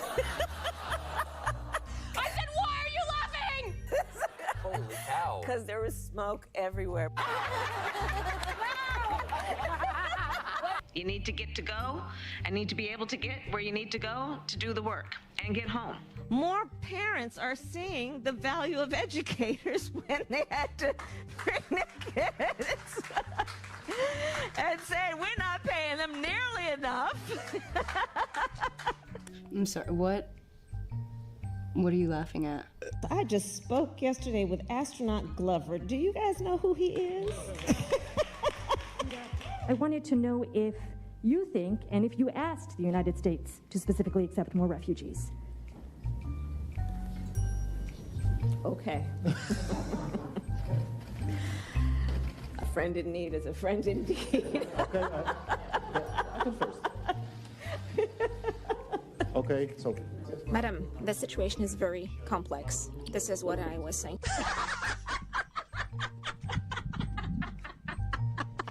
She locked up hundreds of thousands of people, a lot of them, majority, minority probably, in that group, young black men, for like a butt of weed in their pocket. And then she goes on the Breakfast Club, brags about smoking weed. They say you oppose legalizing weed. That's not true. I know. and look, I joke about it, half joking. Half my family's from Jamaica. Are you kidding me? She put over 1,500 people in jail for marijuana violations and then laughed about it when she was asked if she ever smoked marijuana. Have you ever smoked? I have. Okay. You little stoner. Okay. Like in And college, I inhaled. I did inhale. Okay. I am your stoner. I just broke news. I mean, was it in college? Listen, I think that it gives a lot of people joy, and we need more joy. We need more joy in this world. So, my friends, Kamala Harris is at the moment, the predicted front runner for the Democratic nomination to go against Donald Trump. Some of you may be saying, yay, we get to have a lady break the glass ceiling. Yeah, but that's like saying I want a kamikaze pilot to fly, Air Force One. I don't think that's going to be very smart. There's migrants heading to the border, and she's the border czar. Reuters is reporting roughly 3,000 migrants from nearly a dozen Latin American countries are trekking toward the U.S. southern border, spurred by concerns over potential policy changes should former President Donald Trump win the upcoming presidential election. Okay, so other people around the country are saying, hey, we better slip in because there's a good chance Donald Trump's getting in. Well, if that's not bad enough, the Chinese have a very step-by-step guide how to enter and cross the U.S. border. See what you think about this. It's not only a rise in migrants from Mexico and Latin America countries coming across the U.S. southern border. The number of people coming from China has spiked dramatically. Last year, 37,000 Chinese citizens were apprehended at the border. That's 50 times more than 2 years earlier. Their corridor to the U.S., Ecuador, a Latin American country that didn't require people from China to have a visa in order to fly there until yesterday. Ecuador's Ministry of Foreign Affairs suspended its visa waiver into the country for Chinese nationals. The reason for the change in policy, what they call a worrying increase in numbers of people from China coming over and not leaving. So we've got a problem, my friend. The border is wide open, and the borders doesn't seem to be doing anything about it. But anyway, I got a new ditty that one of my listeners sent to me. It's called Biden Dropped Out. See what you think. Well, it's a new day in the old USA, and boy, do we have a story to tell. Biden dropped out, left the race today. Now the Dems are scrambling, don't know what to say. Confusion in the air like a wild stampede. They're trying to find a leader, someone to take the lead. Biden dropped out, left them high and dry. Now they're searching for answers, looking to the sky. Biden dropped out, chaos all around. The Democrats are scrambling, trying to hold their ground.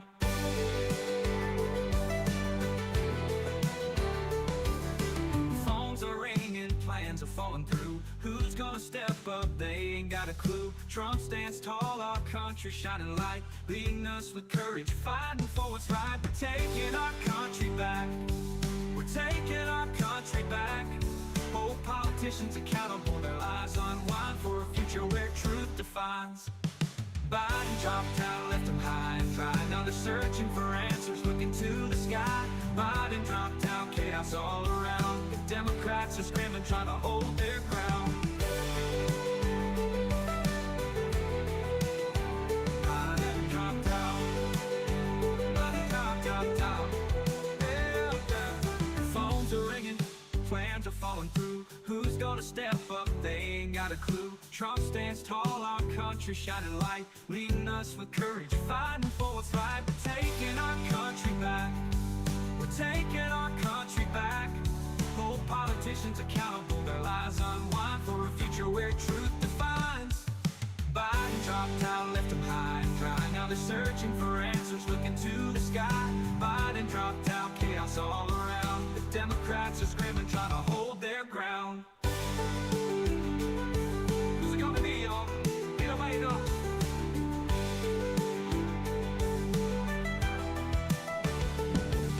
Humors to the ranks, looking for a star, someone to take the reins, someone who'll go far. But the choices are slim, the future's looking bleak. The party's in a tizzy, and the outlook's kinda weak. We're taking our country back. We're taking our country back. Hold politicians accountable, their lives unwind for a future where truth defines. Biden dropped out, left them high and dry. Now they're searching for answers, looking to the sky. Biden dropped out, chaos all around. The Democrats are scrambling, trying to hold their ground. Trump's still standing, a beacon in a storm, leading with conviction, breaking the norm. We stand united, our faith in him is strong. Together we'll prevail, we'll keep pushing on. Biden dropped out, the story of the day. Now the Dems are scrambling, trying to find a way. Biden dropped out, left them in a spin, while Trump keeps fighting, determined to win.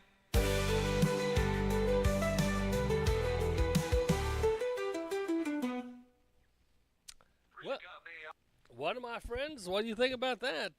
One of my listeners sent that to me, and I had to listen to it 3 times this morning. I just got cracked up. Biden dropped out. Also was sent this other one. I won't play the whole thing, but it's called Shot Heard Around the World. Shot, yeah, shot heard around the world. Oh, shot heard around the world. State of the nation is heartbreaking. Enemies plotting assassination, but serenity is yours for the taking. If you wanna be the light illumination, if you wanna stand and fight for what you believe, don't cover us by your blood. There's too much blood in the street. 4 shot, 1 kill to make it hard to sleep. Who you gonna call? Who do you need? Jesus. We need freedom. Oh yeah. And high grades to see it. That's God's blessing. No, it wasn't your time, but now it's go time. Oh, it's a dirty game. Is this what you signed up for? Oh, it's such a shame. A nation on the verge of war. Oh, we need a change. Something different. Oh, it's a dirty game. They're trying to hit my prezi. shot heard round the world, and talking about all we need is Jesus. They're a Christian group, and you can go to Trump Latinos on YouTube. They got a variety. Now, I will say they have some guests that use some language, so not justifying, or I'm just giving you a heads up before you let your kids listen to that.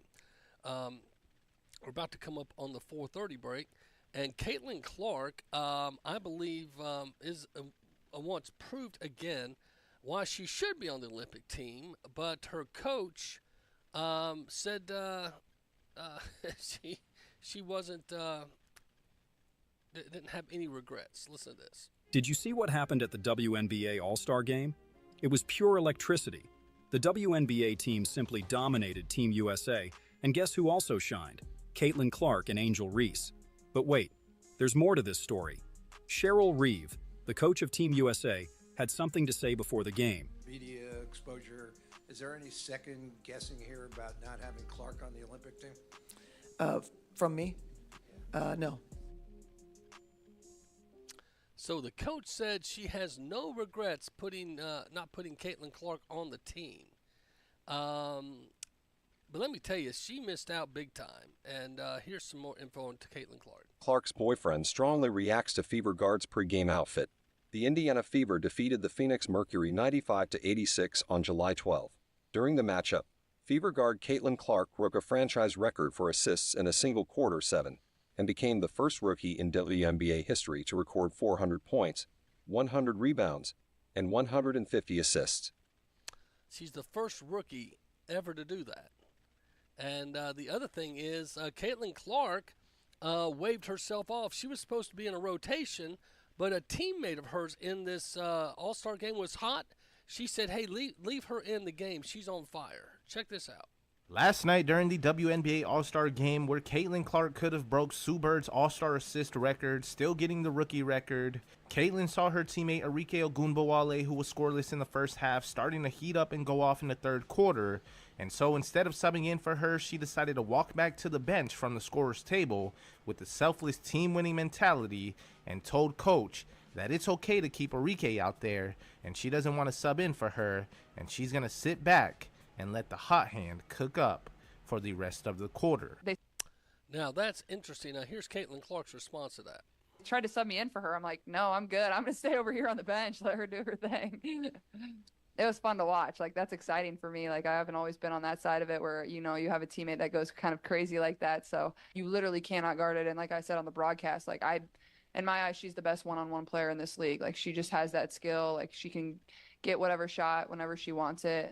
That's how good she is with the ball. So, and with that being said, MVP Arike helped lead the team to a win against Team USA with the most points, 34, in WNBA All-Star history. So Caitlin Clark refusing her playtime said, hey, leave her in. Now, the whole reason the coach said they didn't want Clark on the team for the Olympics was that they didn't think she could handle, or her fans sitting on the bench and having to share playtime. The Olympic team is looking not only bad on the court, the coach looks bad on and off, her strategy, her statements. And, of course, I'm a Caitlin Clark fan, and I wish her well and hope she has a good break. She said she's looking forward to not touching a basketball for several days, and I can't say I blame her, especially the way she was treated. It's just, you know, she doesn't seem to have any animosity. James Rosenberg asked these fellow Jewish worshippers. Hang on just a second. But CBN News, I found this interesting. There's Israelis that gathered for prayer, thanking God for saving Trump's life. I kid you not. Check this out. This is CBN News in Jerusalem, Dateline. James Rosenberg asked these fellow Jewish worshipers at the Western Wall to join him in reciting Psalm 100 on behalf of President Trump. And this is a psalm that is dedicated to being thankful to God for something that happens that you want to be thankful for.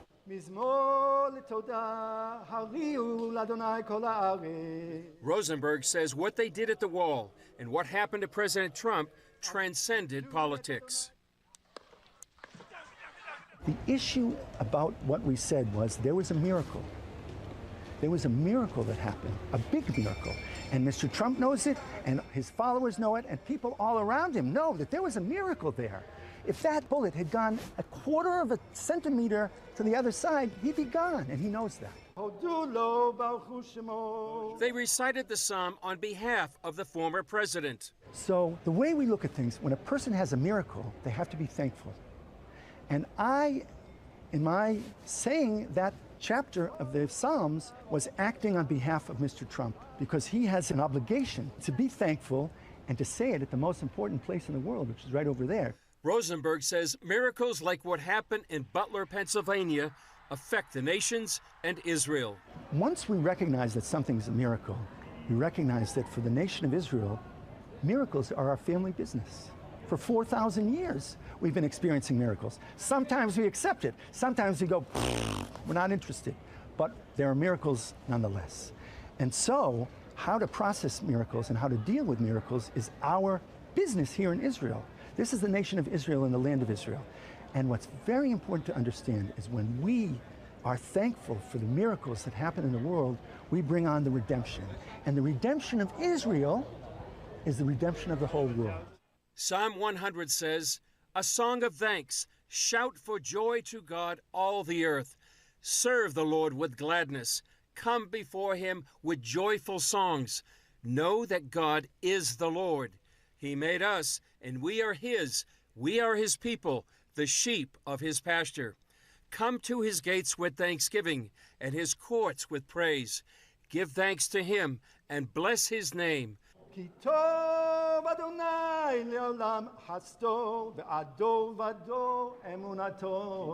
Mitchell, CBN News, Jerusalem.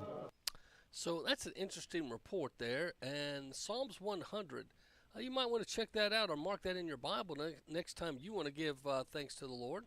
But these gentlemen gathered around, sang the psalm, and was thanking God that the Lord spared President Trump's life. There's a lot of folks that have difference of opinion on the shooting. You have some that think it was a setup. You have some that said it was not. 32% of Democrats fall into the blue anon category, and they think that that there's a possibility that it was staged. 23% of GOP happen to believe in QAnon. That has dropped. QAnon used to be about 38 to 39% in the GOP. It's now dropped to 23%. I think the good news is after November 5th, I think both of these things will go away. We will see. But I keep saying, you just wait, you just wait. I'm waiting.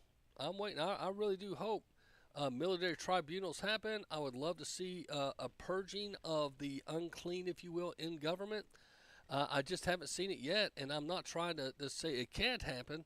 But, trust the military. I've got a problem with that when I see it go so woke, so fast, and so nasty. That's just me. But anyway, there are speculations on... President Biden over the weekend endorsed Vice President Kamala Harris to replace him as the Democratic Party's 2024 nominee. Now, should Harris lock down the nomination at the Democratic National Convention next month, who will be her running mate? Several names have been floated, and here are some of them. First-term Pennsylvania Governor Josh Shapiro. He quickly threw his support behind Harris Sunday after Biden's announcement saying, "The road to victory in November runs right through Pennsylvania, where this collective work began. I will do everything I can to help elect Kamala Harris as the 47th President of the United States." Shapiro served as his state's attorney general before defeating Republican Doug Mastriana in 2022's gubernatorial race. The swing state governor noted that he's known Harris for more than 2 decades, as they've both been prosecutors who have fought for the people. Shapiro, who is also Jewish, has been vocal in his public support for Israel in its war against Hamas. Next up is 60-year-old Arizona Senator Mark Kelly. He's a combat veteran and former astronaut who's a member of the Senate Intelligence Committee. He was first elected to the Senate in a special election in 2020 and then again in 2022. Kelly endorsed Harris Sunday afternoon, writing in a post on X, I couldn't be more confident that Vice President Kamala Harris is the right person to defeat Donald Trump and lead our country into the future. She has my support for the nomination, and Gabby and I will do everything we can to elect her President of the United States. The swing state senator is married to former Arizona Congresswoman Gabby Giffords, who was shot in 2011 and survived the attempted assassination. Also on the list is Transportation Secretary Pete Buttigieg, who also gained notoriety as Mayor Pete after running for president in 2020. Buttigieg is 42 years old. He served in the Navy and deployed to Afghanistan, and also endorsed Harris quickly after Sunday's announcement. He wrote on X, "I will do all that I can to help her win this election to lead America forward as our next president." As Transportation Secretary, Buttigieg has overseen several of the government's handling of transportation disasters, including the East Palestine, Ohio train derailment and global supply chain snarls related to the COVID-19 pandemic. Another name that could appear beside Harris on the ticket is Kentucky Governor Andy Beshear. A two-time Democratic governor in a red state, 46-year-old Beshear endorsed Harris as the party's nominee Monday. He was also asked about the possibility of becoming Harris's running mate. Well, let me first say I love my job. I love serving the people of Kentucky. The only way I would consider something other than this current job is if I believed I could further help my people and to help this country. Other names include Maryland Governor Wes Moore, Virginia Senator Mark Warner, California Governor Gavin Newsom, and Michigan Governor Gretchen Whitmer. Now, both Newsom and Whitmer have reportedly told senior party leaders that they're not interested in becoming Harris's running mate. And you got to ask yourself, I mean, Harris is not doing well in the polls. Whoever attaches their wagon to Harris, they're committing political suicide because she most likely will be beaten and beaten badly. Kind of like Kane when he attached himself to Hillary Clinton. He thought, hey, Senator Kane, I'm gonna be on the winning team. No, not only that, his son was arrested in one of the Antifa arrests. You remember his mugshot? Shortly after that, they quit posting mugshots of Antifa arrests and started bailing them out and setting them free, because we're finding out many of the kids in Antifa are the children of professors and high potentate elite politicians. So with that said, it's que sera, sera. Whatever will be in the Democratic Party. And we'll see what happens when they do select a vice presidential candidate. But probably what needs to happen is Kamala's got to get the official nominee. Biden released his delegates. She got 531 to commit to her, and I think she needs 1,500 maybe. But anyway, so she's got a little ways to go. We'll see what happens, but don't be too surprised if they don't float another person or two and have some kind of a fake nomination process to make it appear all legal. But I go back to what I said earlier. When they chose not to have a primary and make Joe run against other people, that's because whoever was controlling Joe at the time, some say Obama, some say Hillary, etc., they did not want to release power. And if he had gone through a primary process, somebody else just might, and I think they knew it wouldn't take much to beat Biden in a primary. I believe they were afraid of someone like a Tulsi Gabbard. If a Tulsi Gabbard ran again against Joe Biden and got through some debates and had an honest appeal to the nation, and I think Kennedy probably would have mopped him up too. Even though Kennedy has a speaking impediment, at least when he speaks, he knows where he is and what he's saying. So my point being, the Democrats messed up. I think they thought Joe Biden could get them through the finish line without too many more gaffes, and if he could beat Donald Trump a second time, then they would have him step down, and Kamala would take over, and then they would appoint whoever they want as their VP. But remind this, if somebody steps down, if they 25th Joe Biden, the Congress has to affirm the vice president. Did you know that? So right now, Mike Johnson and the Republicans, that's one reason many think that they're not going to 25th Joe Biden. Because if they 25th him, then the Republicans pick who the vice president is, even though it's such a short time. it would still be seen possibly as a backlash towards the DNC, who's already having multiple problems.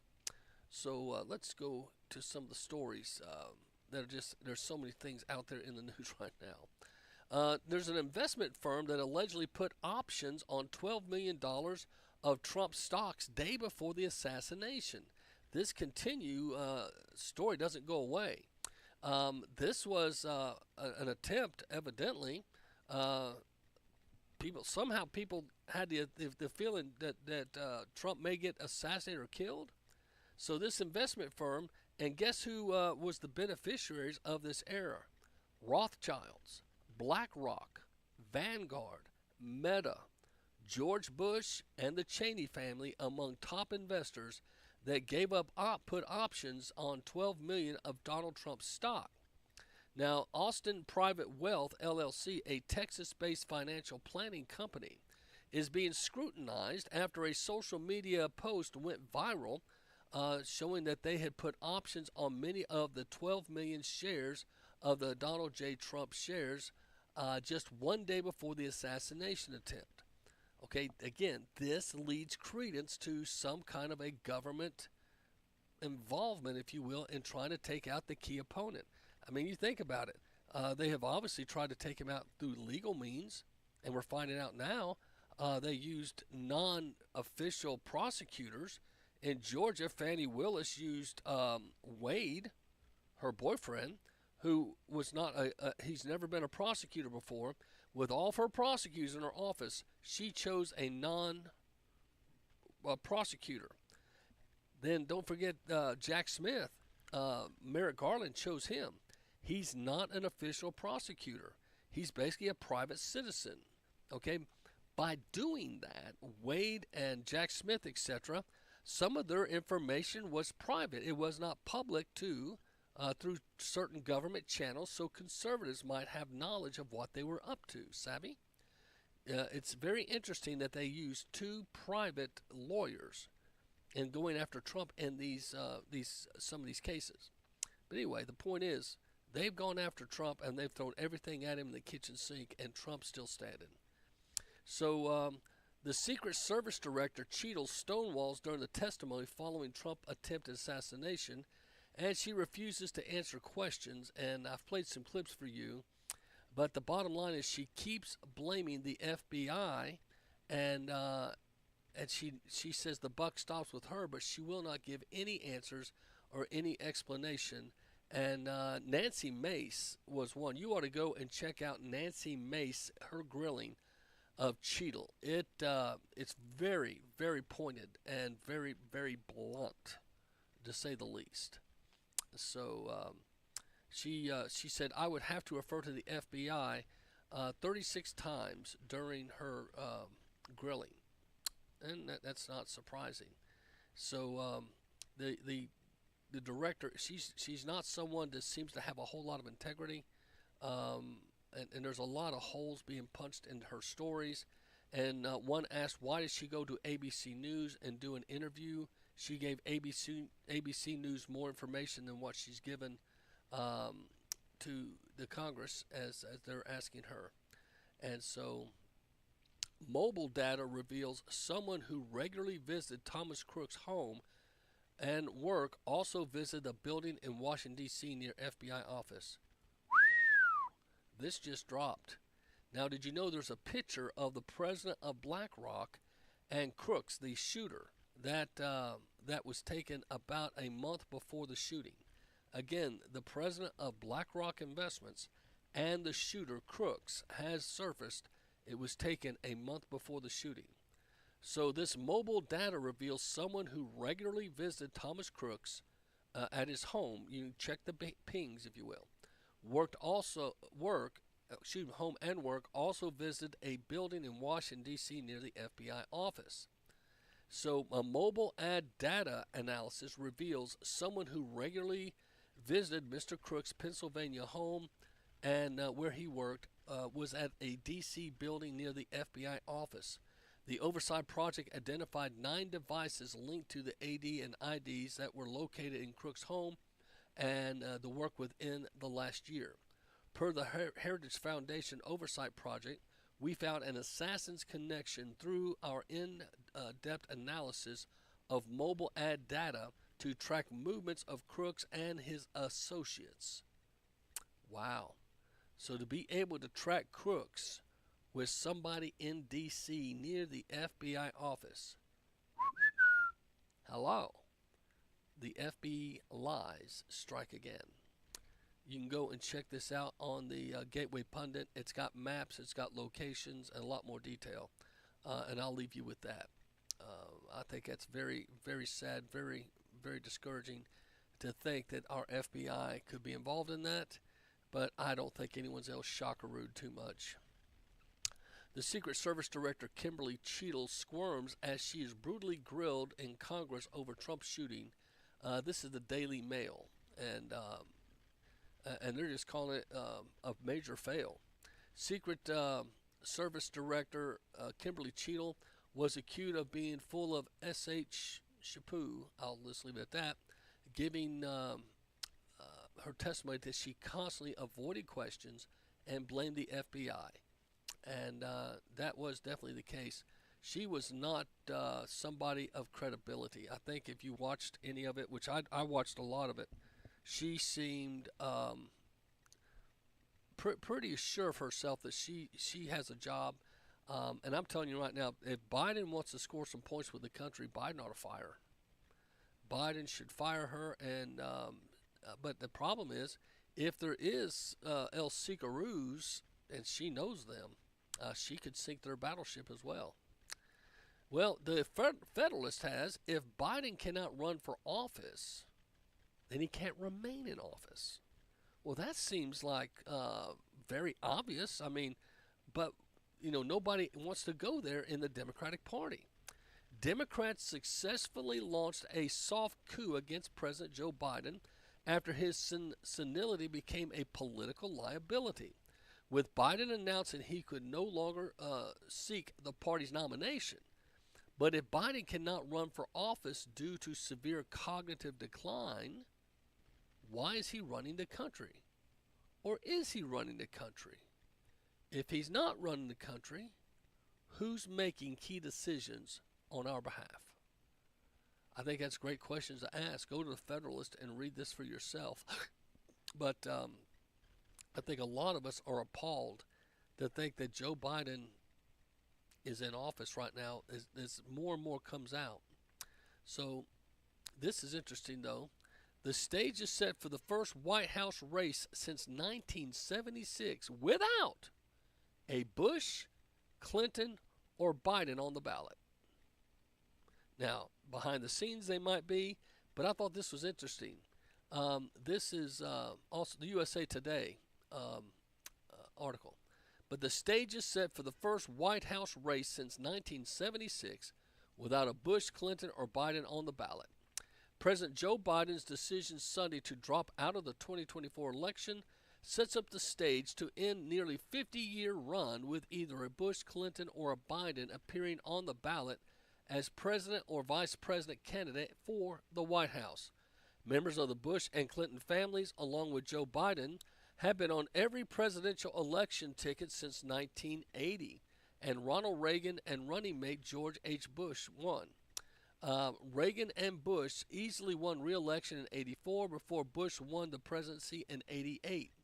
The next four elections would feature either Bush or Clinton on the ballot, with Bill Clinton defeating George W. Bush in 92 before defeating Bob Dole in 1996, and then George W. Bush winning election in 2000 and 2004.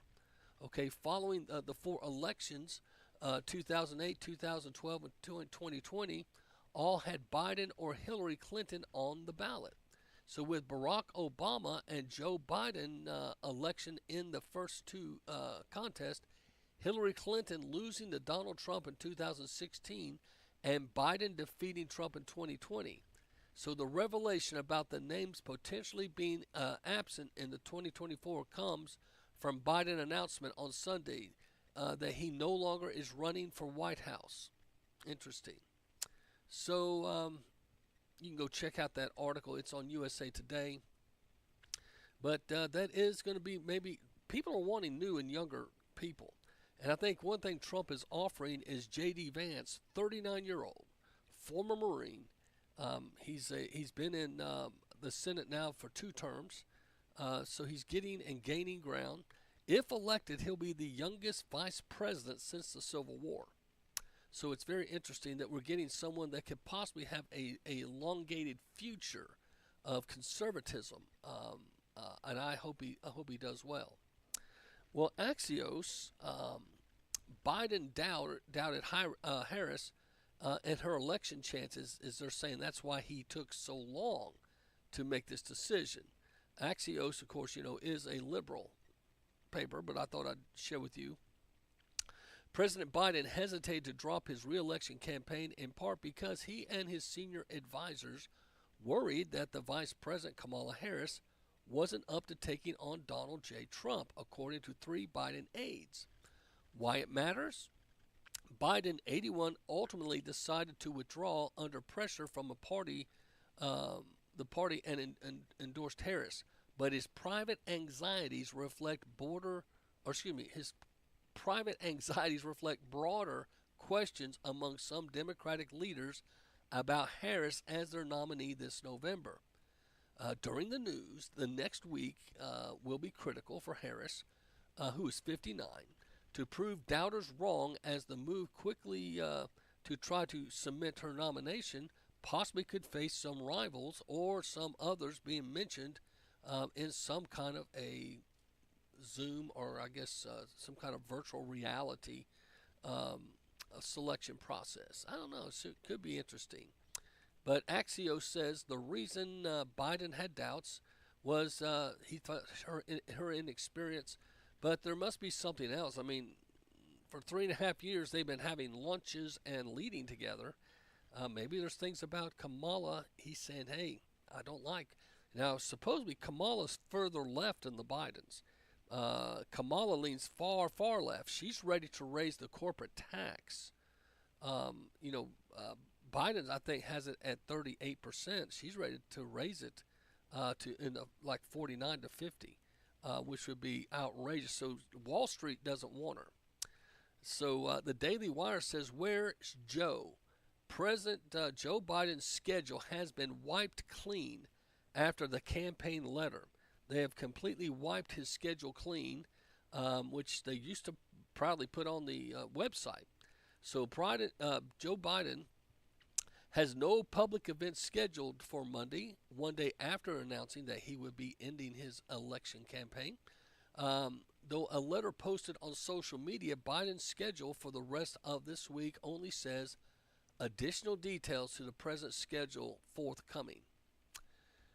A lot of folks are concerned that the letter that he posted, one, the signatures didn't match, it did not have the presidential seal, and it had some grammatical and sentence structure errors, possibly meaning that someone else wrote it and put it out there, leaving him no chance, because if he refuted it, then he would have to explain why that happened.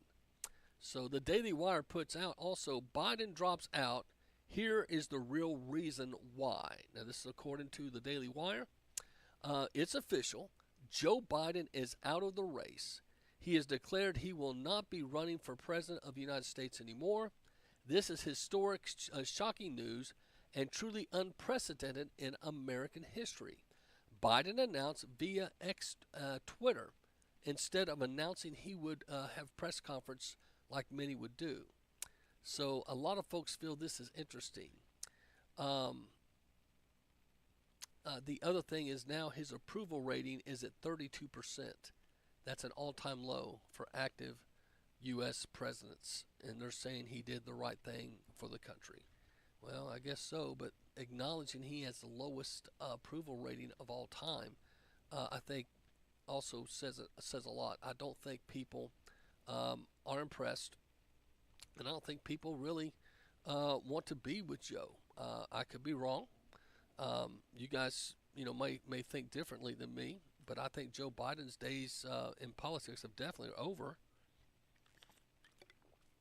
And if he were to close out this year, many wonder, is he going to pardon Hunter?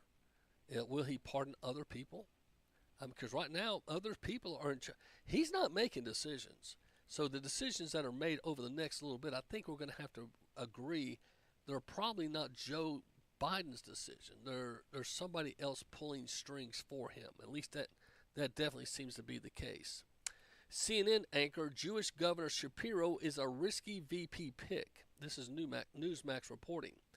A CNN anchor drew the ear online critics by suggesting that Pennsylvania Governor Josh Shapiro would be a risky pick for the Democratic Party as a vice presidential nominee because he's Jewish. While preparing a Sunday night with host Anderson Cooper, John King discussed the potential contenders to be the potential vice president behind Kamala Harris in the race. Cooper asked King, what are the pros and cons for putting Shapiro on the ticket? And this is one of the answers. He's certainly under consideration, King said, referencing discussions with Harris' allies. He's first-term governor. He's Jewish. There could be some risk in putting him on the ticket, but certainly some of our voters here in Pennsylvania said, hey, we like Governor Shapiro. Give him a look. Criticism by King's comment appeared on X. Replace Jewish with Muslim or black. Stop anti-Semitism. Okay, this goes on. So anyway, it opened up a whole can of worms. I don't know. I think whoever she picks, it looks like they're going to go male. I thought they might go female, but if you notice all the people they're picking, the only one that was female was Gretchen, because she is, of course, the governor of Michigan. She has now come out on the record saying she's not interested in being a running mate. I don't blame her, because in 2028, she could be the front runner. If Gretchen plays her cards right and stays in the graces of the Democratic elites, Trump will, if we all believe Trump probably is going to win. In 2028, you need someone young to go against J.D. Vance. And Gretchen would be one of the younger, if you want to call it Democrats, a governor, a multi-term governor. She could probably be the one that would garner some support, if you will. But if she's in a failed presidential last-minute run as Harris's VP, it's hard to get that failure off your resume. That's why I think a lot of these folks are going to turn her down. And I don't even think they want to run independent from her. This has got, I think, next year written all over. I could see a lot of the Democrats just saying, no moss, no more. Don't want any more. Well, we're going to a commercial break. I'll be back.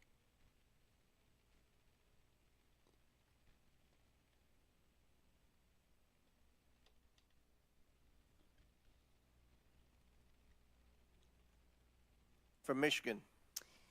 Thank you, Mr. Chairman. And first of all, I want to thank the Secret Service agents, those who work tirelessly to protect our presidents, and specifically those agents who did not hesitate to jump in front of President Trump. And my heart goes out to the family of the Comptoir family and the people at the rally who are still recovering. On the other hand, the Secret Service has a leadership problem, and it falls on you. And although I appreciate your hollow words that the buck stops here, I was actually hoping for some answers. Director Cheadle, you must answer to the American people if you want to stay in charge. It's really, really simple. You want to keep your job, right? Absolutely. Okay. The best way to keep your job is to answer the questions. Not play this shell game, not sing the Slim Shady song, wasn't me? I mean, come on. How long did you prepare for this hearing? I've been preparing for this hearing over the weekend and into last week. Okay, 5 days, 6 days? As soon as I was notified. And how long was that? About this hearing. Okay, 4 days? I began preparing. 4 days, 3 days? I'm not sure the date that I got the letter asking me to be here. What are you sure of? Are you sure the color of your hair? Are you sure the color of your suit? I'm just, like, tell the American people, what are you sure of? You don't even know when you started preparing for the hearing? I mean, the biggest hearing of your life, and you have no clue? You can't remember when you started preparing for this hearing?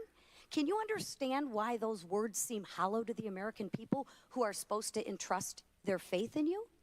I assure you, the moment I received notification. But you can't remember.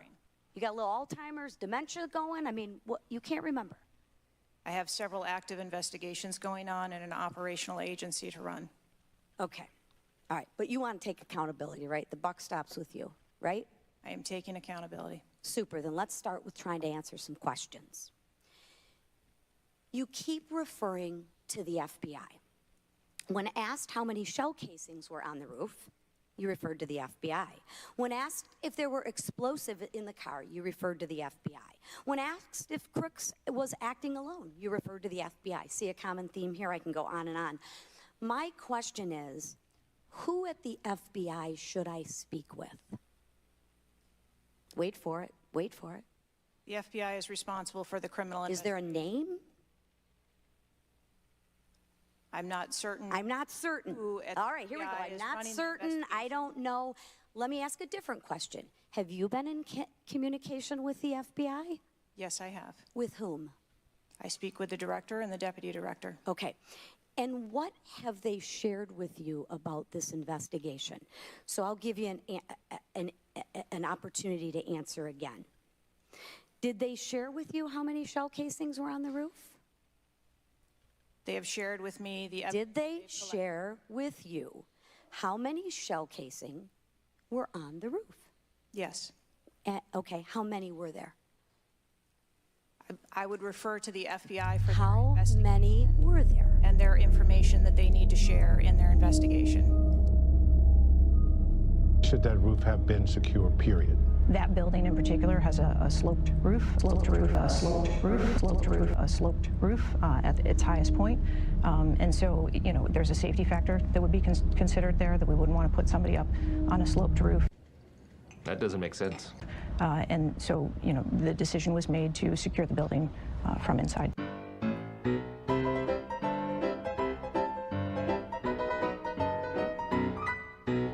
Wouldn't want to put somebody up on a sloped roof. You're fired. Get out of here.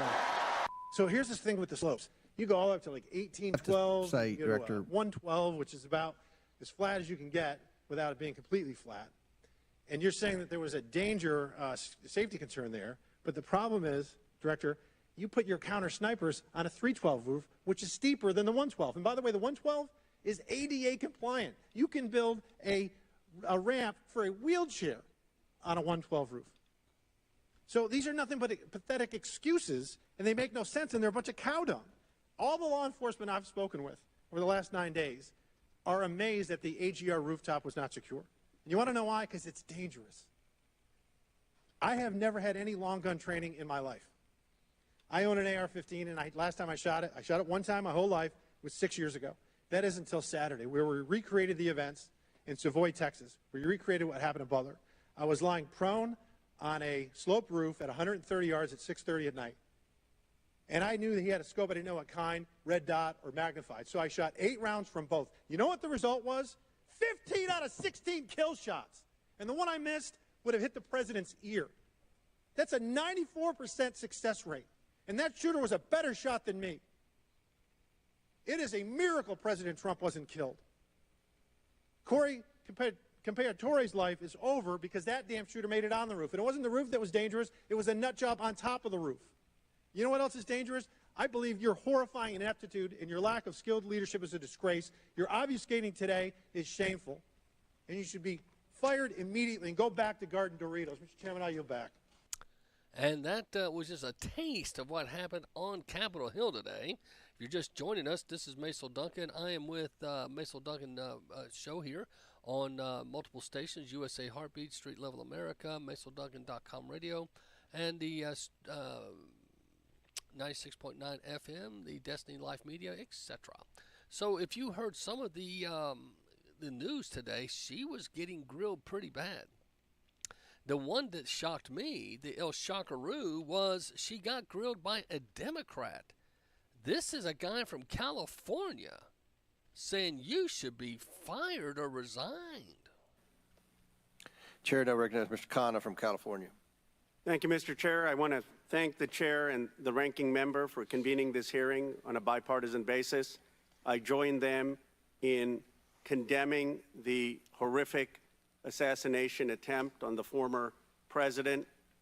I am relieved for the sake of the country that he wasn't seriously hurt and that he survived, and my thoughts with him and his family during such a traumatic event. I also want to express condolences to Corey Comprator's family and recognize his heroism in saving his daughter's lives, and to the victims of that awful event. Now, Director Jadol, would you agree that this is the most serious security lapse since President Reagan was shot in 1981 of the Secret Service? Yes, sir, I would. And, do you know what Stuart Knight did when he was in charge at the time of the Secret Service? Do you know what he did afterwards? He remained on duty. He resigned. He resigned. And Stuart Knight was not a Democratic appointee or a Republican appointee. Look, I'm not questioning your judgment. I just don't think this is partisan. If you have an assassination attempt on a president, a former president, or a candidate, you need to resign. Wow. So that's a Democrat from California. A lot of folks are saying that she should resign, and they're also having these concerns about Kamala Harris. Now, as you start looking at the minutia of all this happening at one time, it's very mind-blowing. You've got a president, former President Donald Trump, they attempted to assassinate him. You can't get answers, and so she can't put to rest any of the conspiracy theories because she refuses to answer the question. She even opened the door to the possibility of a second shooter. So with her not answering questions and stonewalling like she did, it was Republicans and Democrats calling for her to be fired or her resignation, because they went on to say the turn it over to the FBI is like turn it over to Never Neverland. It's not. No one's going to know anything. The acting or the chairman, of the committee, he was just pretty much in his wrap up remarks, not very happy. Just as Comer, who's wrapping up his remarks, and he says they have no confidence in the FBI. I'll deliver my closing remarks. Director Cheadle, I subpoenaed you to appear today to get answers for the American people about the failures that led to the assassination attempt of President Donald J. Trump. Unfortunately, you refused to answer today. And this committee is not known for its model of bipartisanship, but I think today we came together unanimously in our disappointment for your lack of answers. You've stated that the FBI will investigate and give a report, and you estimate 60 days. We've been waiting for months and months for lots of different bits of information from the FBI.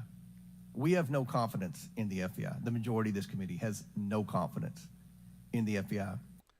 So that is Comer, who's the chairman of the committee, saying no confidence in the FBI. They believe the FBI is not going to be somebody to be trusted. And AOC, you ought to go listen to her remarks. She went off on the director as well. So to see a chorus of Democrats join the GOP in criticizing the Secret Service chief, who's a dear friend of Jill Biden, mind you. That's how she got the job, many feel, as Jill Biden spoke up for her.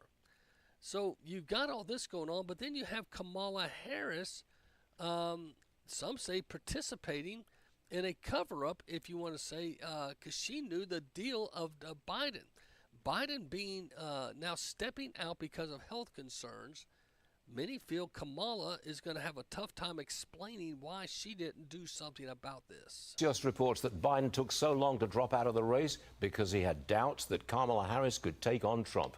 It was grim swing state polling that finally forced Biden to step down. Will Kane joins me now.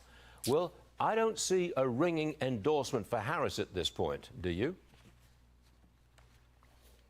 Not among the people that apparently call the shots in the Democratic Party, as you laid out wonderfully in your monologue, Stuart. She is still missing endorsements from Hakeem Jeffries, Nancy Pelosi, Chuck Schumer, Barack Obama. And one thing we've learned about the Democratic Party at this point is that it's not a party of the people, it's a party of the elites and the corporate media and the billionaire donors. I personally, Stuart, find it absolutely scandalous, and it is a scandal. The only problem is it's been competing with the scandal of an attempted assassination on the life of Donald Trump, that the people who helped perpetuate a cover-up of the senility and mental frailty of the President of the United States are those that stand to benefit. Kamala Harris knew, to your point, Stuart, and Kamala Harris took part in the cover-up. Now she gets to reap the rewards. The only thing more scandalous than this is a party that deletes the voter, ignores the primary, lets their future be decided by billionaires and corporate media and political elites, and does it while raising the banner of saving democracy. And that's got people furious across the nation. I have to agree. To try to select a Democrat running mate, and you're bypassing the process that they had. If they had just run a primary, many feel, as I said earlier, that he would not have gotten through. But the problem that you're having with Kamala Harris is she's supposed to be the border czar, and we've got problems at the border. Evidently, another caravan is on its way. Reuters is reporting roughly 3,000 migrants from nearly a dozen Latin American countries are trekking toward the U.S. southern border, spurred by concerns over potential policy changes should former President Donald Trump win the upcoming presidential election. Migrants set out from Ciudad Hidalgo, near Mexico's southern border, reportedly intending to seek asylum in the U.S. before any new immigration policies are imposed to tighten the border. The caravan's journey is driven by fears that a potential future Trump administration could reimpose stringent border policies, including restricting access to the CBP One app. The app works only once migrants reach Mexico City or states in northern Mexico. CBP One is crucial for migrants seeking asylum. It allows them to schedule legal appointments at U.S. border posts to present their cases once they reach northern Mexico, a key gateway into the U.S. So we have apps that help people cross the border. But that's not all. China has a way of helping its citizens cross the border as well. This again, thank you, Kamala Harris, for the border problems. It's not only a rise in migrants from Mexico and Latin America countries coming across the U.S. southern border. The number of people coming from China has spiked dramatically. Last year, 37,000 Chinese citizens were apprehended at the border. That's 50 times more than 2 years earlier. Their corridor to the U.S., Ecuador, a Latin American country that didn't require people from China to have a visa in order to fly there until yesterday. Ecuador's Ministry of Foreign Affairs suspended its visa waiver into the country for Chinese nationals. The reason for the change in policy, what they call a worrying increase in numbers of people from China coming over and not leaving. In Ecuador's statement, they say approximately 50% of these entries have not left through regular routes and within the times established by law, which is a 90-day period. For this reason, they would be in the country in an irregular immigration situation or would have left through irregular routes to other destinations in the hemisphere. One of those other destinations being the U.S., and newly discovered materials on a social network reveal a Chinese government agent helping Chinese nationals map out their way to Destination USA. The Daily Caller was first to report on the self-guided tour channel, a Chinese language group on the messaging platform Telegram, providing a complete list of documents detailing routes from China to the U.S., largely with the first step being a flight to Ecuador and ending in California. So there is obviously a concerted effort. This doesn't just happen in a vacuum. So they're stacking people in this country for a reason.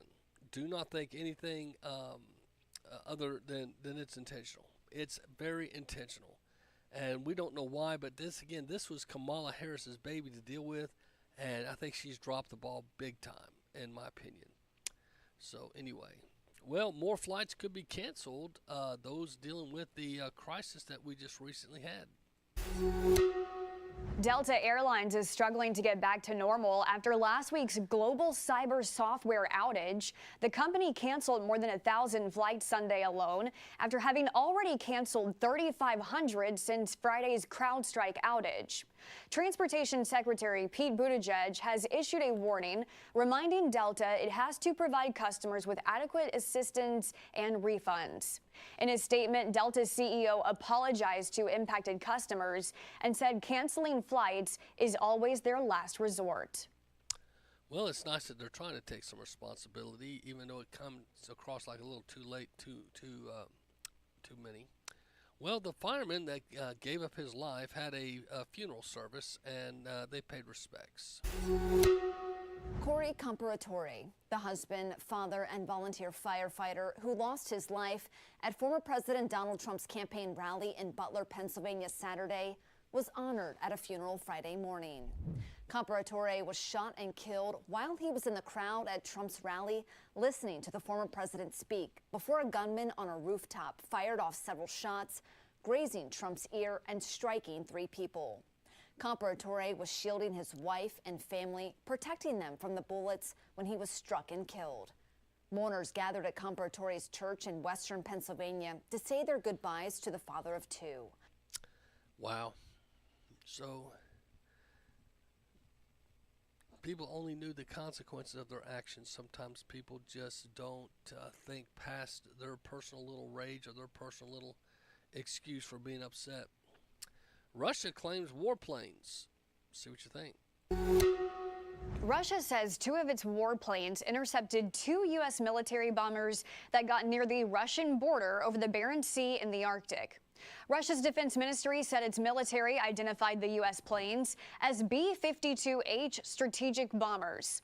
The ministry saying when the Russian fighter jets approached, the bombers adjusted their flight course. The U.S. military often carries out flights over international waters, which it says are done in neutral airspace and in accordance with international law.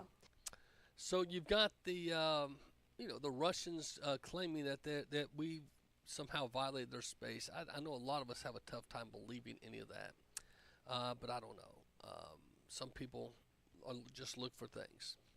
Well, J.D. Vance's wife, Usha, introduces him at the RNC. A lot of folks are still wanting to know who is this new family, and I thought you might enjoy this introduction that she gave. She's a very educated person herself. See what you think.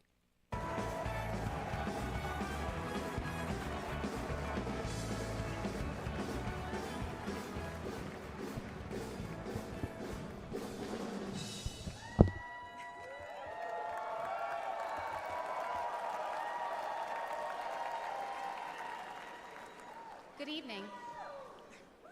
Good evening. When I was asked to introduce my husband, J.D. Vance, to all of you, I was at a loss. What could I say that hasn't already been said before? After all, the man was already the subject of a Ron Howard movie. J.D. has shared much of his life through his own eloquent words. In his book, Hillbilly Elegy, during his Senate campaign, and now as a sitting United States Senator. It occurred to me that there was only one thing to do: to explain from the heart why I love and admire J.D. and stand here beside him today, and why he will make a great Vice President of the United States.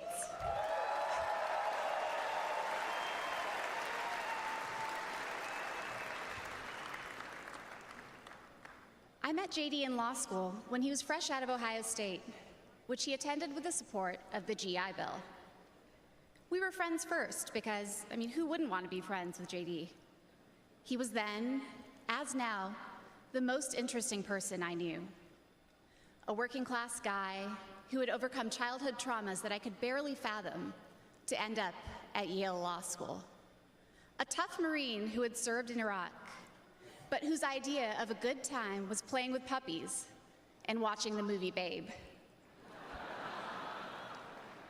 The most determined person I knew with one overriding ambition: to become a husband and a father, and to build the kind of tight-knit family that he had longed for as a child. My background is very different from JD's. I grew up in San Diego, in a middle-class community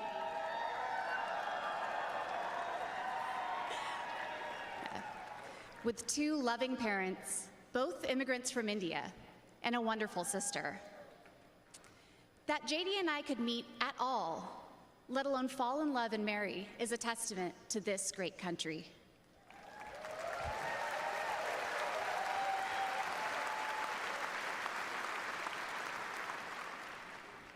It is also a testament to JD, and it tells you something about who he is.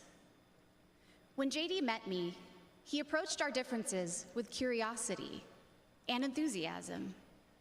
He wanted to know everything about me, where I came from, what my life had been like. Although he's a meat and potatoes kind of guy, he adapted to my vegetarian diet and learned to cook food from my mother, Indian food. Before I knew it, he had become an integral part of my family, a person I could not imagine living without. The JD I knew then is the same JD you see today, except for that beard. And his goals in this new role are the same that he has pursued for our family: to keep people safe, to create opportunities, to build a better life, and to solve problems with an open mind. It's safe to say that neither JD nor I expected to find ourselves in this position. But it's hard to imagine a more powerful example of the American dream. A boy from Middletown, Ohio.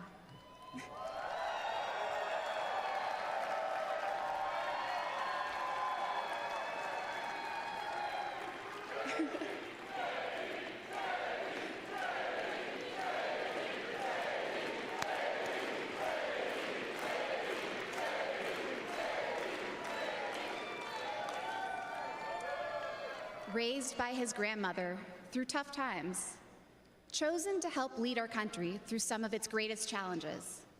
I am grateful to all of you for the trust you have placed in him and in our family. Well, that's J.D. Vance's wife, and she's rather interesting. Usha is her name, I believe, and I think we're going to hear more about them. But I think it's very interesting because as our country moves forward, he looks like he could be a leader of the future. And this is though is Donald Trump talking about who is the boss, who is the real boss. We'll need help from the boss. We need help from the boss. That's what happened. We need help.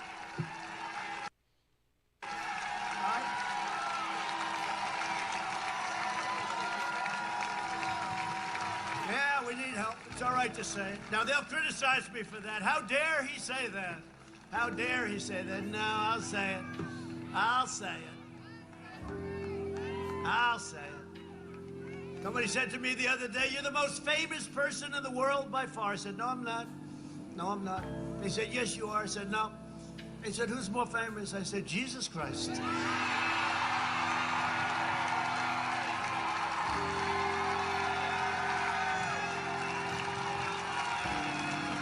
I'm not taking any chances. I'm not going to have an argument. Hey, I'm not having any arguments. So he says the boss is Jesus Christ. And a lot of folks seem to like that, especially if you happen to be a conservative, because most conservatives tend to lean Christian. But it doesn't always make, being a Christian isn't always an easy thing. And this is the pastor of you may have heard First Baptist Dallas's church. Somebody set it on fire. And here's a little bit about that. Worship services, First Baptist Dallas's downtown sanctuary sat quiet today, destroyed in Friday's massive fire, as you can see. But even that didn't stop the congregation from coming together. It is Sunday morning. It is a day of resurrection. It's not a day of death. And I am pledging to you, we're going to rebuild that sanctuary. We're going to recreate it as a standing symbol of the truth, the unchangeableness, the endurance of the Word of God. The grass withers, the flower fades, but the Word of our God shall stand forever. And that was the pastor of First Baptist Dallas, Texas. And I know a lot of folks are still shocked at how the fire started. And CBN News did a thing. See what you think. First Baptist Church may need to be torn down after fire gutted the downtown Dallas building. Good evening and thanks for joining us. I'm Blake Hansen. New drone footage shared with us shows the red brick building is just a shell of its former self. Dallas Fire Rescue says it's still working to nail down what exactly caused last night's fire. Fox 4's Amelia Jones spoke with church leaders and parishioners about the next steps. Amelia? Blake, I just spoke with a couple of Dallas Fire Rescue crew members who are here on scene 24 hours, over 24 hours after that fire started. You see the fire truck with the ladder in the air. It's been like that all day because crews are still working to put out hot spots. The investigation into how this fire started could take a while because crew members still haven't been cleared to go inside the sanctuary. The First Baptist Church will hold Sunday services at the Convention Center in downtown Dallas, and the pastor tells me that he plans to announce to the congregation how the church plans to move forward. The smell of smoke lingers while Dallas Fire Rescue crews continue to pour water on the charred remains of the First Baptist Church sanctuary. On Friday around 6 p.m., a fire started in the basement and it grew to a 4-alarm fire. While crews were working to contain it, the roof partially collapsed. Yesterday was a day of mourning. Senior Pastor Robert Jeffress says 2,000 kids and hundreds of adults were in the sanctuary on Friday for Vacation Bible School. They all left at 4 p.m. Well, that's a miraculous protection by God to spare not only those children, but any lost lives, and we thank God for that. The First Baptist Church of Dallas started in 1868. The red brick historic sanctuary on North Irvay Street was built in 1890 and became a historical landmark in 1968. When the church opened a new facility in 2013, it became the second sanctuary. There's no place like it. John Hammett joined the congregation in 1974. Hammett and his wife tried out other local churches, but came back to First Baptist in 2000. It just was a great place to bring our kids, and we just miss it. I mean, this is going to be bad. And goes on. I don't know about you, but when you see vandalism, it's coming across more and more that this was vandalism. Don't forget, he was a key component to Donald Trump's spiritual advisor team. And it just seems like, in churches today, endure. You just endure. And that's what we have to do. When persecution comes your way, and it's going to come your way if it hasn't already, you have two choices. You can let it make you better, or let it make you bad. If you let it make you better, what you do is you learn from these mistakes because possibly you contributed to something, or if you're just someone that's been attacked unmercifully and still things to learn. Don't forget Joseph. Joseph had his brothers beat him up and sold him into slavery, and then while he's in slavery, he had redeemed among the guy that bought him, Potiphar, and then his wife tried to seduce him, so he fled. His wife lied and got him thrown into the prison with the king, and so he's in there. He's still innocent, and then next thing you know, he's number 2 to Pharaoh. And so tough times come.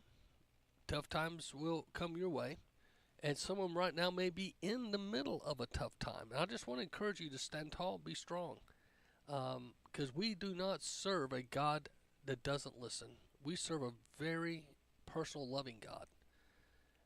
But he's a just God, and he listens to your heart, and he listens to mine. He's listening to see if we will obey him. See, the commandments of God are so important. And don't forget, we had heard, and we were encouraged, at least I was, that the 10 Commandments were going to be going into the schools. But as you might not be too surprised, they've put a hold on it. Here's an update. A controversial law will have to wait to be implemented. Louisiana agreed to delay a law requiring the 10 Commandments in all of the state's public school classrooms until at least November. The agreement was approved by a judge Friday as a lawsuit brought against the state plays out. Last month, parents filed a suit arguing the law violated the First Amendment, which prevents government establishment of religions and guarantees religious liberty.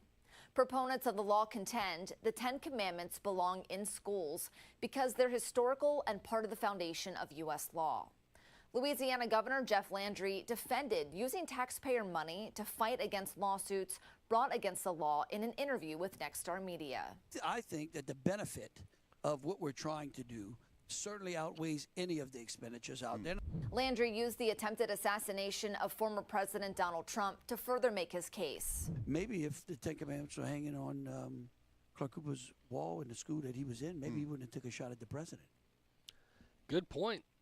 Good point, my friend. And a lot of us to this day go, what if? But the bottom line is a shot was taken. And there's still a lot of unanswered things going on in the Congress. As you know, the head of the Secret Service was being grilled pretty bad today, and this was Senator Mace going after her as well. Pretty close to the halfway point during this. You answered more questions with an ABC reporter than you have with members of Congress. So That's true. She answered more questions with an ABC reporter than she has with Congress.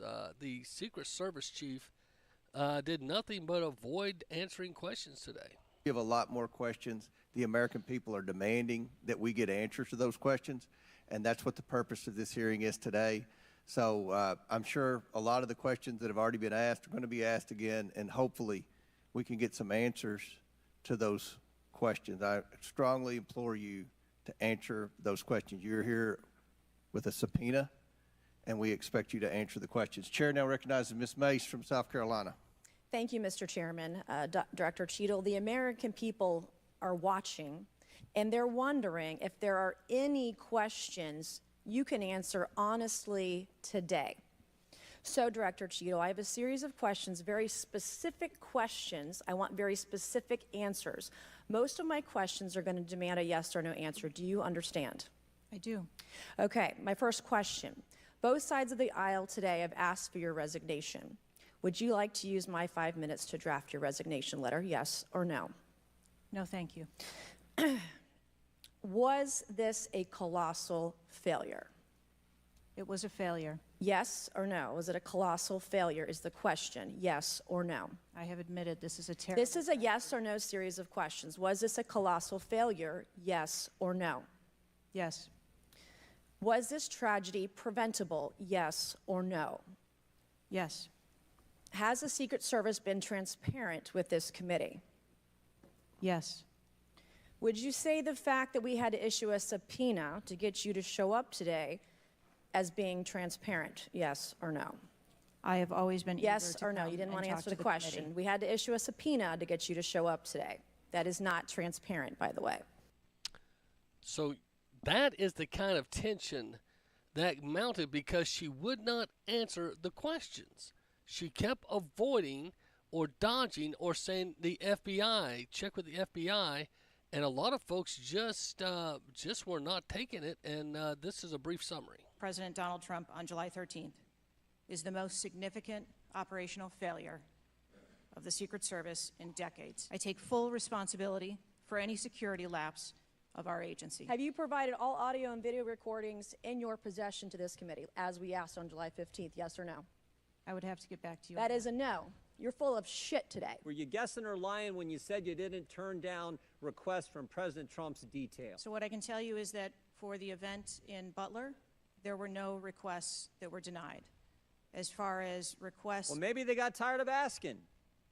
Maybe you turned them down so darn much, they said, not worth asking. How can a 20-year-old with his father's AR-15 assault weapon climb onto a roof with a direct 150-yard line of sight to the speaker's podium without the Secret Service or local police stopping him. I will say we are 9 days out from this event, and I would like to know those answers as well. At any point Saturday, did the Secret Service have an agent on top of that roof? Sir, I'm sure, as you can imagine, that we are just 9 days out from this incident, and there's still an ongoing investigation. I think it's troubling for a lot of us that the number one question everyone in America is wondering is why was the roof left open? And after 9 days, we should at least maybe have a little bit of that information. So the notion of a report coming out in 60 days when the threat environment is so high in the United States, irrespective of party, is not acceptable. You should have come today ready to give us answers.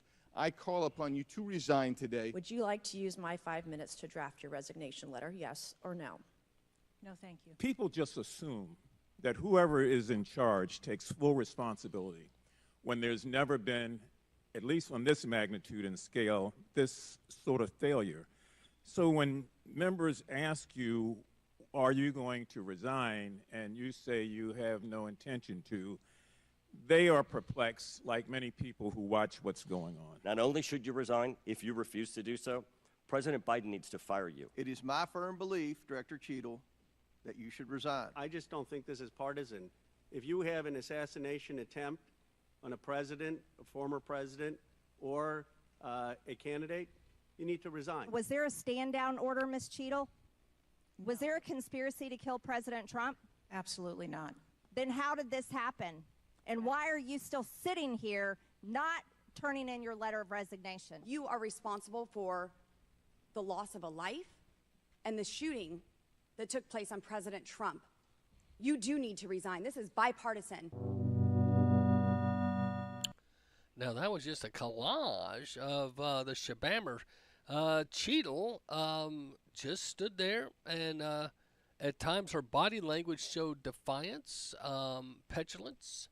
She would make a few key statements at the beginning, but as the hearing went on, both sides, Democrats and Republicans, kept saying, you need to resign, you need to resign, you need to resign. And I think that's the thing that I think is so crazy to so many folks. Well, that's not the only thing. A lot of folks are saying, what's going on with the Democratic Party?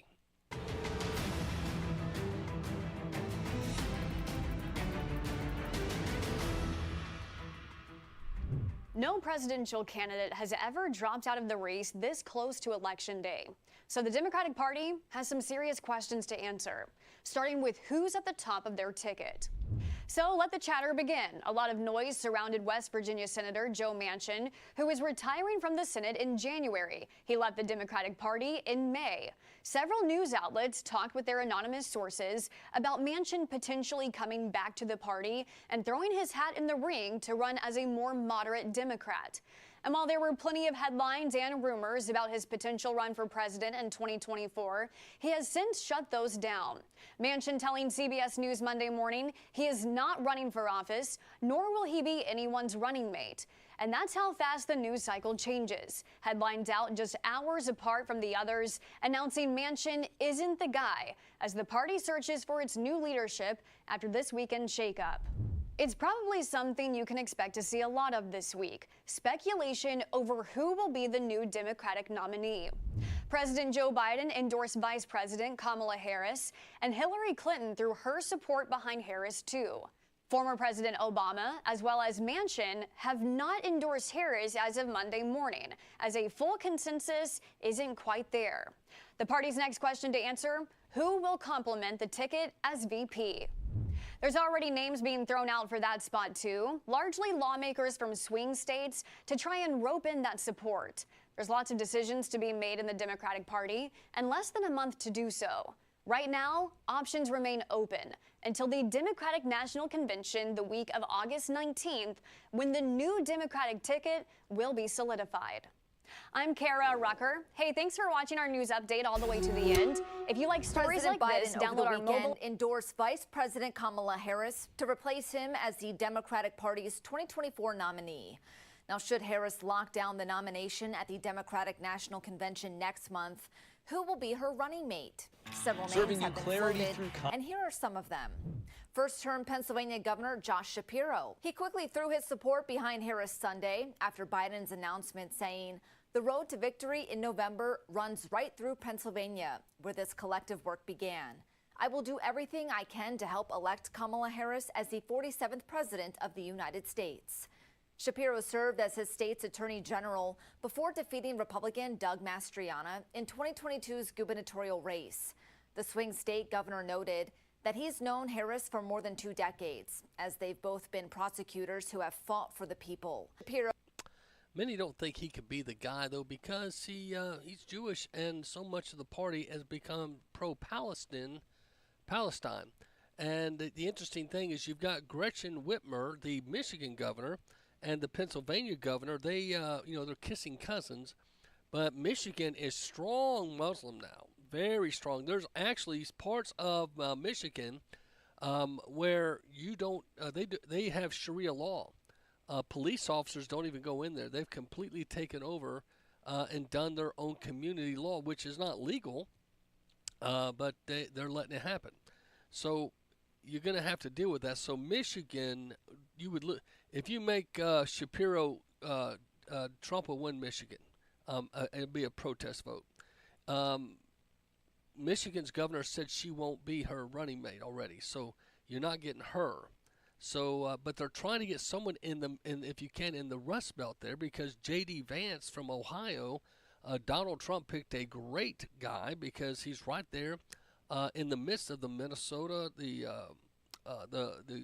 Wisconsin, and the Pennsylvania and the Michigan states right there. So Ohio's right there, and him being a bootstraps raised by a single mother story just resonates. Him going into the Marines. So this is where they're trying. So if Kamala gets the nod, many feel she'll need to get someone from Middle America if she can as a running mate. Gavin Newsom does her no good. They've already got California.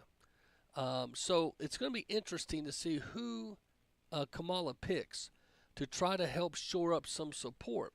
Because right now Donald Trump is winning not just in traditional states. States like Arizona and Georgia that flipped for Biden are right now Donald Trump's winning big in those states. He's also winning in states that were never in play before, New York, New Jersey, New Hampshire. He's also got a strong lead right now in Nevada, who went for Biden in the last election. So when you look at the map, there's a chance that Donald Trump could have 330 to 340. And that's huge. You only need 270. So I've watched several of the what ifs play out. That's one reason they had to tell Joe to step down. Joe did not want to step down, and you can understand. He's his desire was to be a second-term president, evidently, but it didn't work out. And one of my listeners sent me this little song about Biden dropping out. See what you think. Well, it's a new day in the old USA, and boy, do we have a story to tell. Biden dropped out, left the race today. Now the Dems are scrambling, don't know what to say. Confusion in the air like a wild stampede. They're trying to find a leader, someone to take the lead. Biden dropped out, left them high and dry. Now they're searching for answers, looking to the sky. Biden dropped out, chaos all around. The Democrats are scrambling, trying to hold their ground.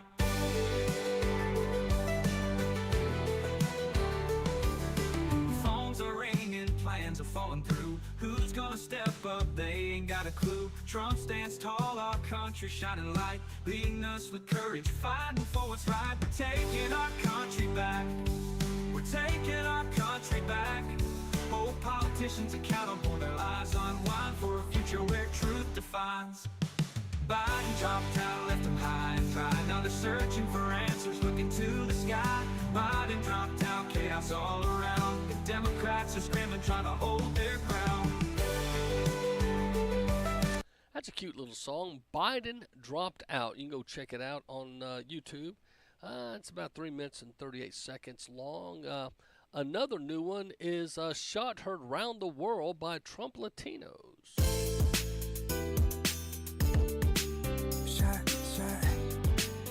Yeah, shot heard around the world. Oh,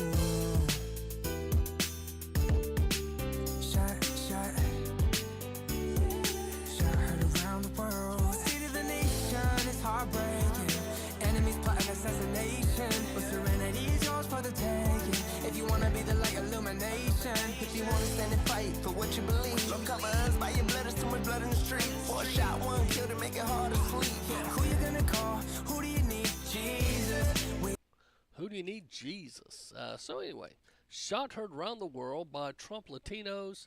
You might want to check that out if you like the parody songs, and they're pretty interesting. This one's called "Fight, Fight, Fight."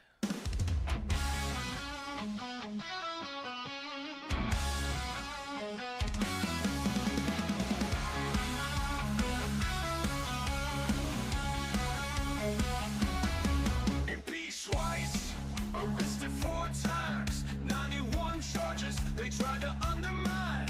They attempted to take him off the ballot, faced an assassin shot. But even after getting shot, he raised his fist high. Fight, fight, fight, America's pride. With freedom's flag, we'll never hide. In the face of a storm, we'll unite. Trump leads the charge with courage and might.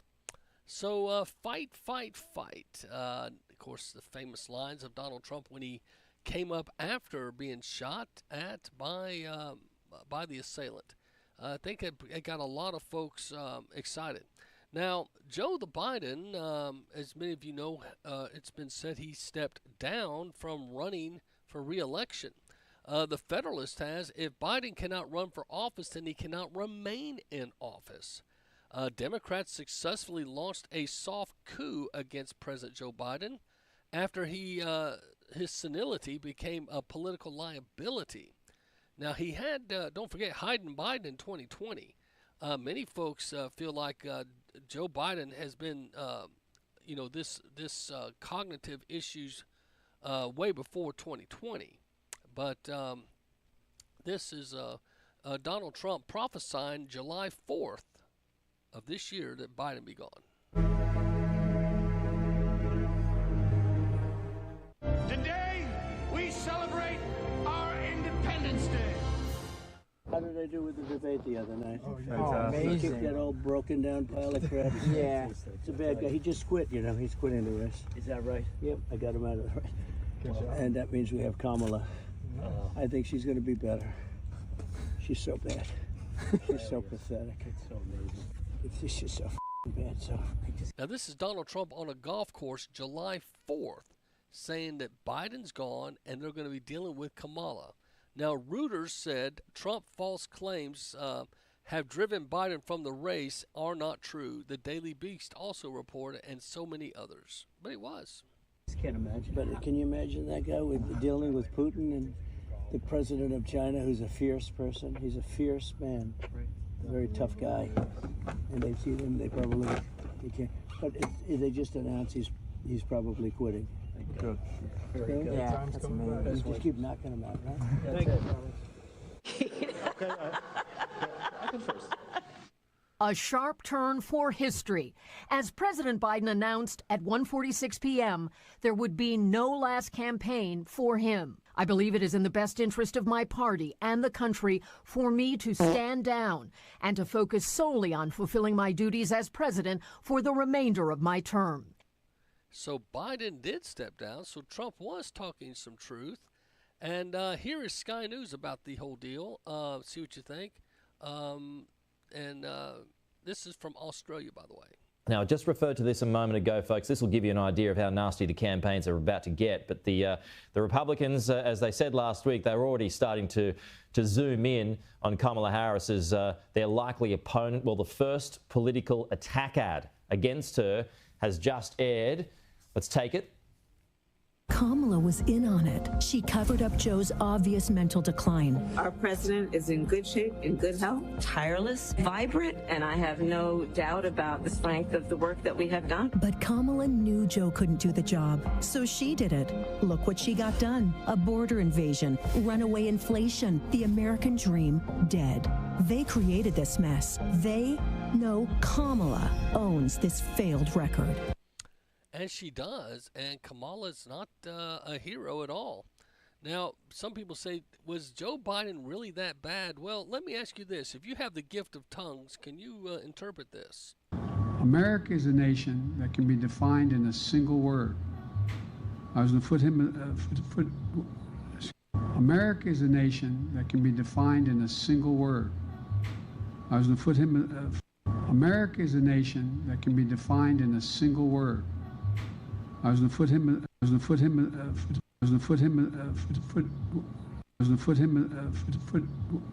Does anybody know what he's saying? It's very embarrassing. But that's just the way it is. And here's more proof. It's time to build back better. It's a matter of the thing. We are simpatico on our philosophy of government and simpatico on how we want to approach these issues that we're facing. And so I don't have, and when we disagree, it'll be just like, so far it's been just like when Barack and I did. It's in private. She'll say, I think we should do A, B, C, or D. And I'll say, I like A, don't like B and C. And it's go, okay. And like I told Barack, if I reach something where there's a fundamental disagreement we have based on a moral principle, I'll develop some disease and say I have to resign. I'll develop some disease and say I have to resign. I'll develop some disease and say I have to resign. I'll develop some disease and say I have to resign. I'll develop some disease and say I have to resign. Okay, I can first. Breaking tonight, earlier we just reported that the president has COVID. He canceled his event in Las Vegas. Speech there, he's tested positive for COVID-19. The White House saying he is vaccinated and boosted. He's experiencing mild symptoms. He will be returning now to Delaware, where we're told he will self-isolate and will continue to carry out all of his duties fully during that time. Biden recovers from COVID while Kamala Harris is set to start the 2024 campaign. While making the announcement not to seek re-election, Biden sat in his home in Rehoboth, Delaware. If I reach something where there's a fundamental disagreement we have based on a moral principle, I'll develop some disease and say I have to resign. He said that 2 years ago. Is that not interesting? But we'll see what you think. But this is Vance Jones, Van Jones. You guys remember Van? 2019. It's easier to be a dad. It's easier to tell your kids character matters. It matters. Telling the truth matters. Being a good person matters. Today, even people who are pushing for this to happen, it's kind of like when your grandpa, you got to take the keys, and everybody, you got to take his keys, you got to take his keys, you got to, and he's fighting and everybody's so frustrated, and then you finally get the keys back, and then you just cry, because this is somebody that you love, this is somebody that you care about, this is somebody who was there for you, this is somebody you wouldn't be here without him. Shut the f*** up.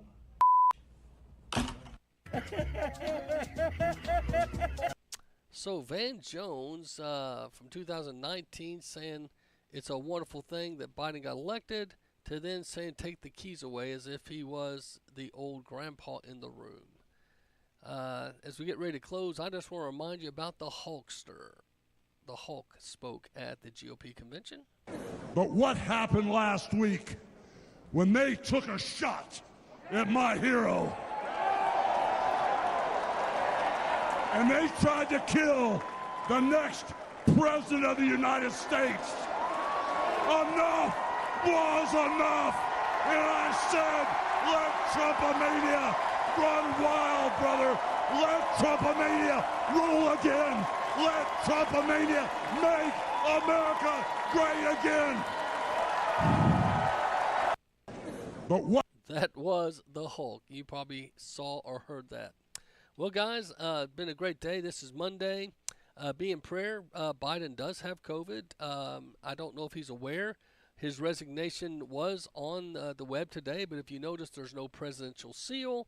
And 2 signature experts have said it wasn't his signature. Then on X, after that resignation, an endorsement for Harris on his X account. Again, he's not said anything, but this is awful suspicious. And I'll throw one more thing in that the Daily Wire reported. Some of the key staff from Biden was not aware of the resignation letter until after it hit the internet. They had a scramble meeting. So evidently somebody did this without telling the whole team. Very suspicious. But I think it was probably the best decision.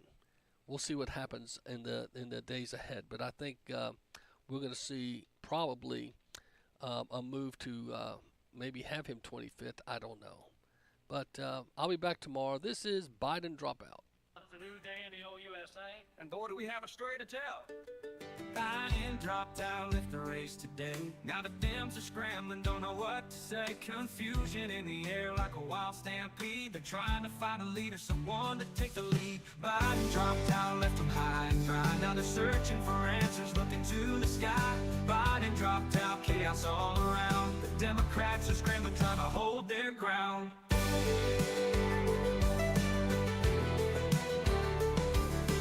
Phones are ringing, plans are falling through. Who's gonna step up? They ain't got a clue. Trump stands tall, our country shining light, leading us with courage, fighting for what's right. We're taking our country back. We're taking our country back. Hold politicians accountable, their lives unwind for a future where truth defines. Biden dropped out, left them high and dry. Now they're searching for answers, looking to the sky. Biden dropped out, chaos all around. The Democrats are screaming, trying to hold their ground.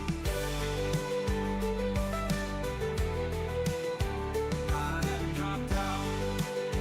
Biden dropped out. Yeah, yeah. Phones are ringing, plans are falling through. Who's gonna step up? They ain't got a clue. Trump stands tall, our country shining light, leading us with courage.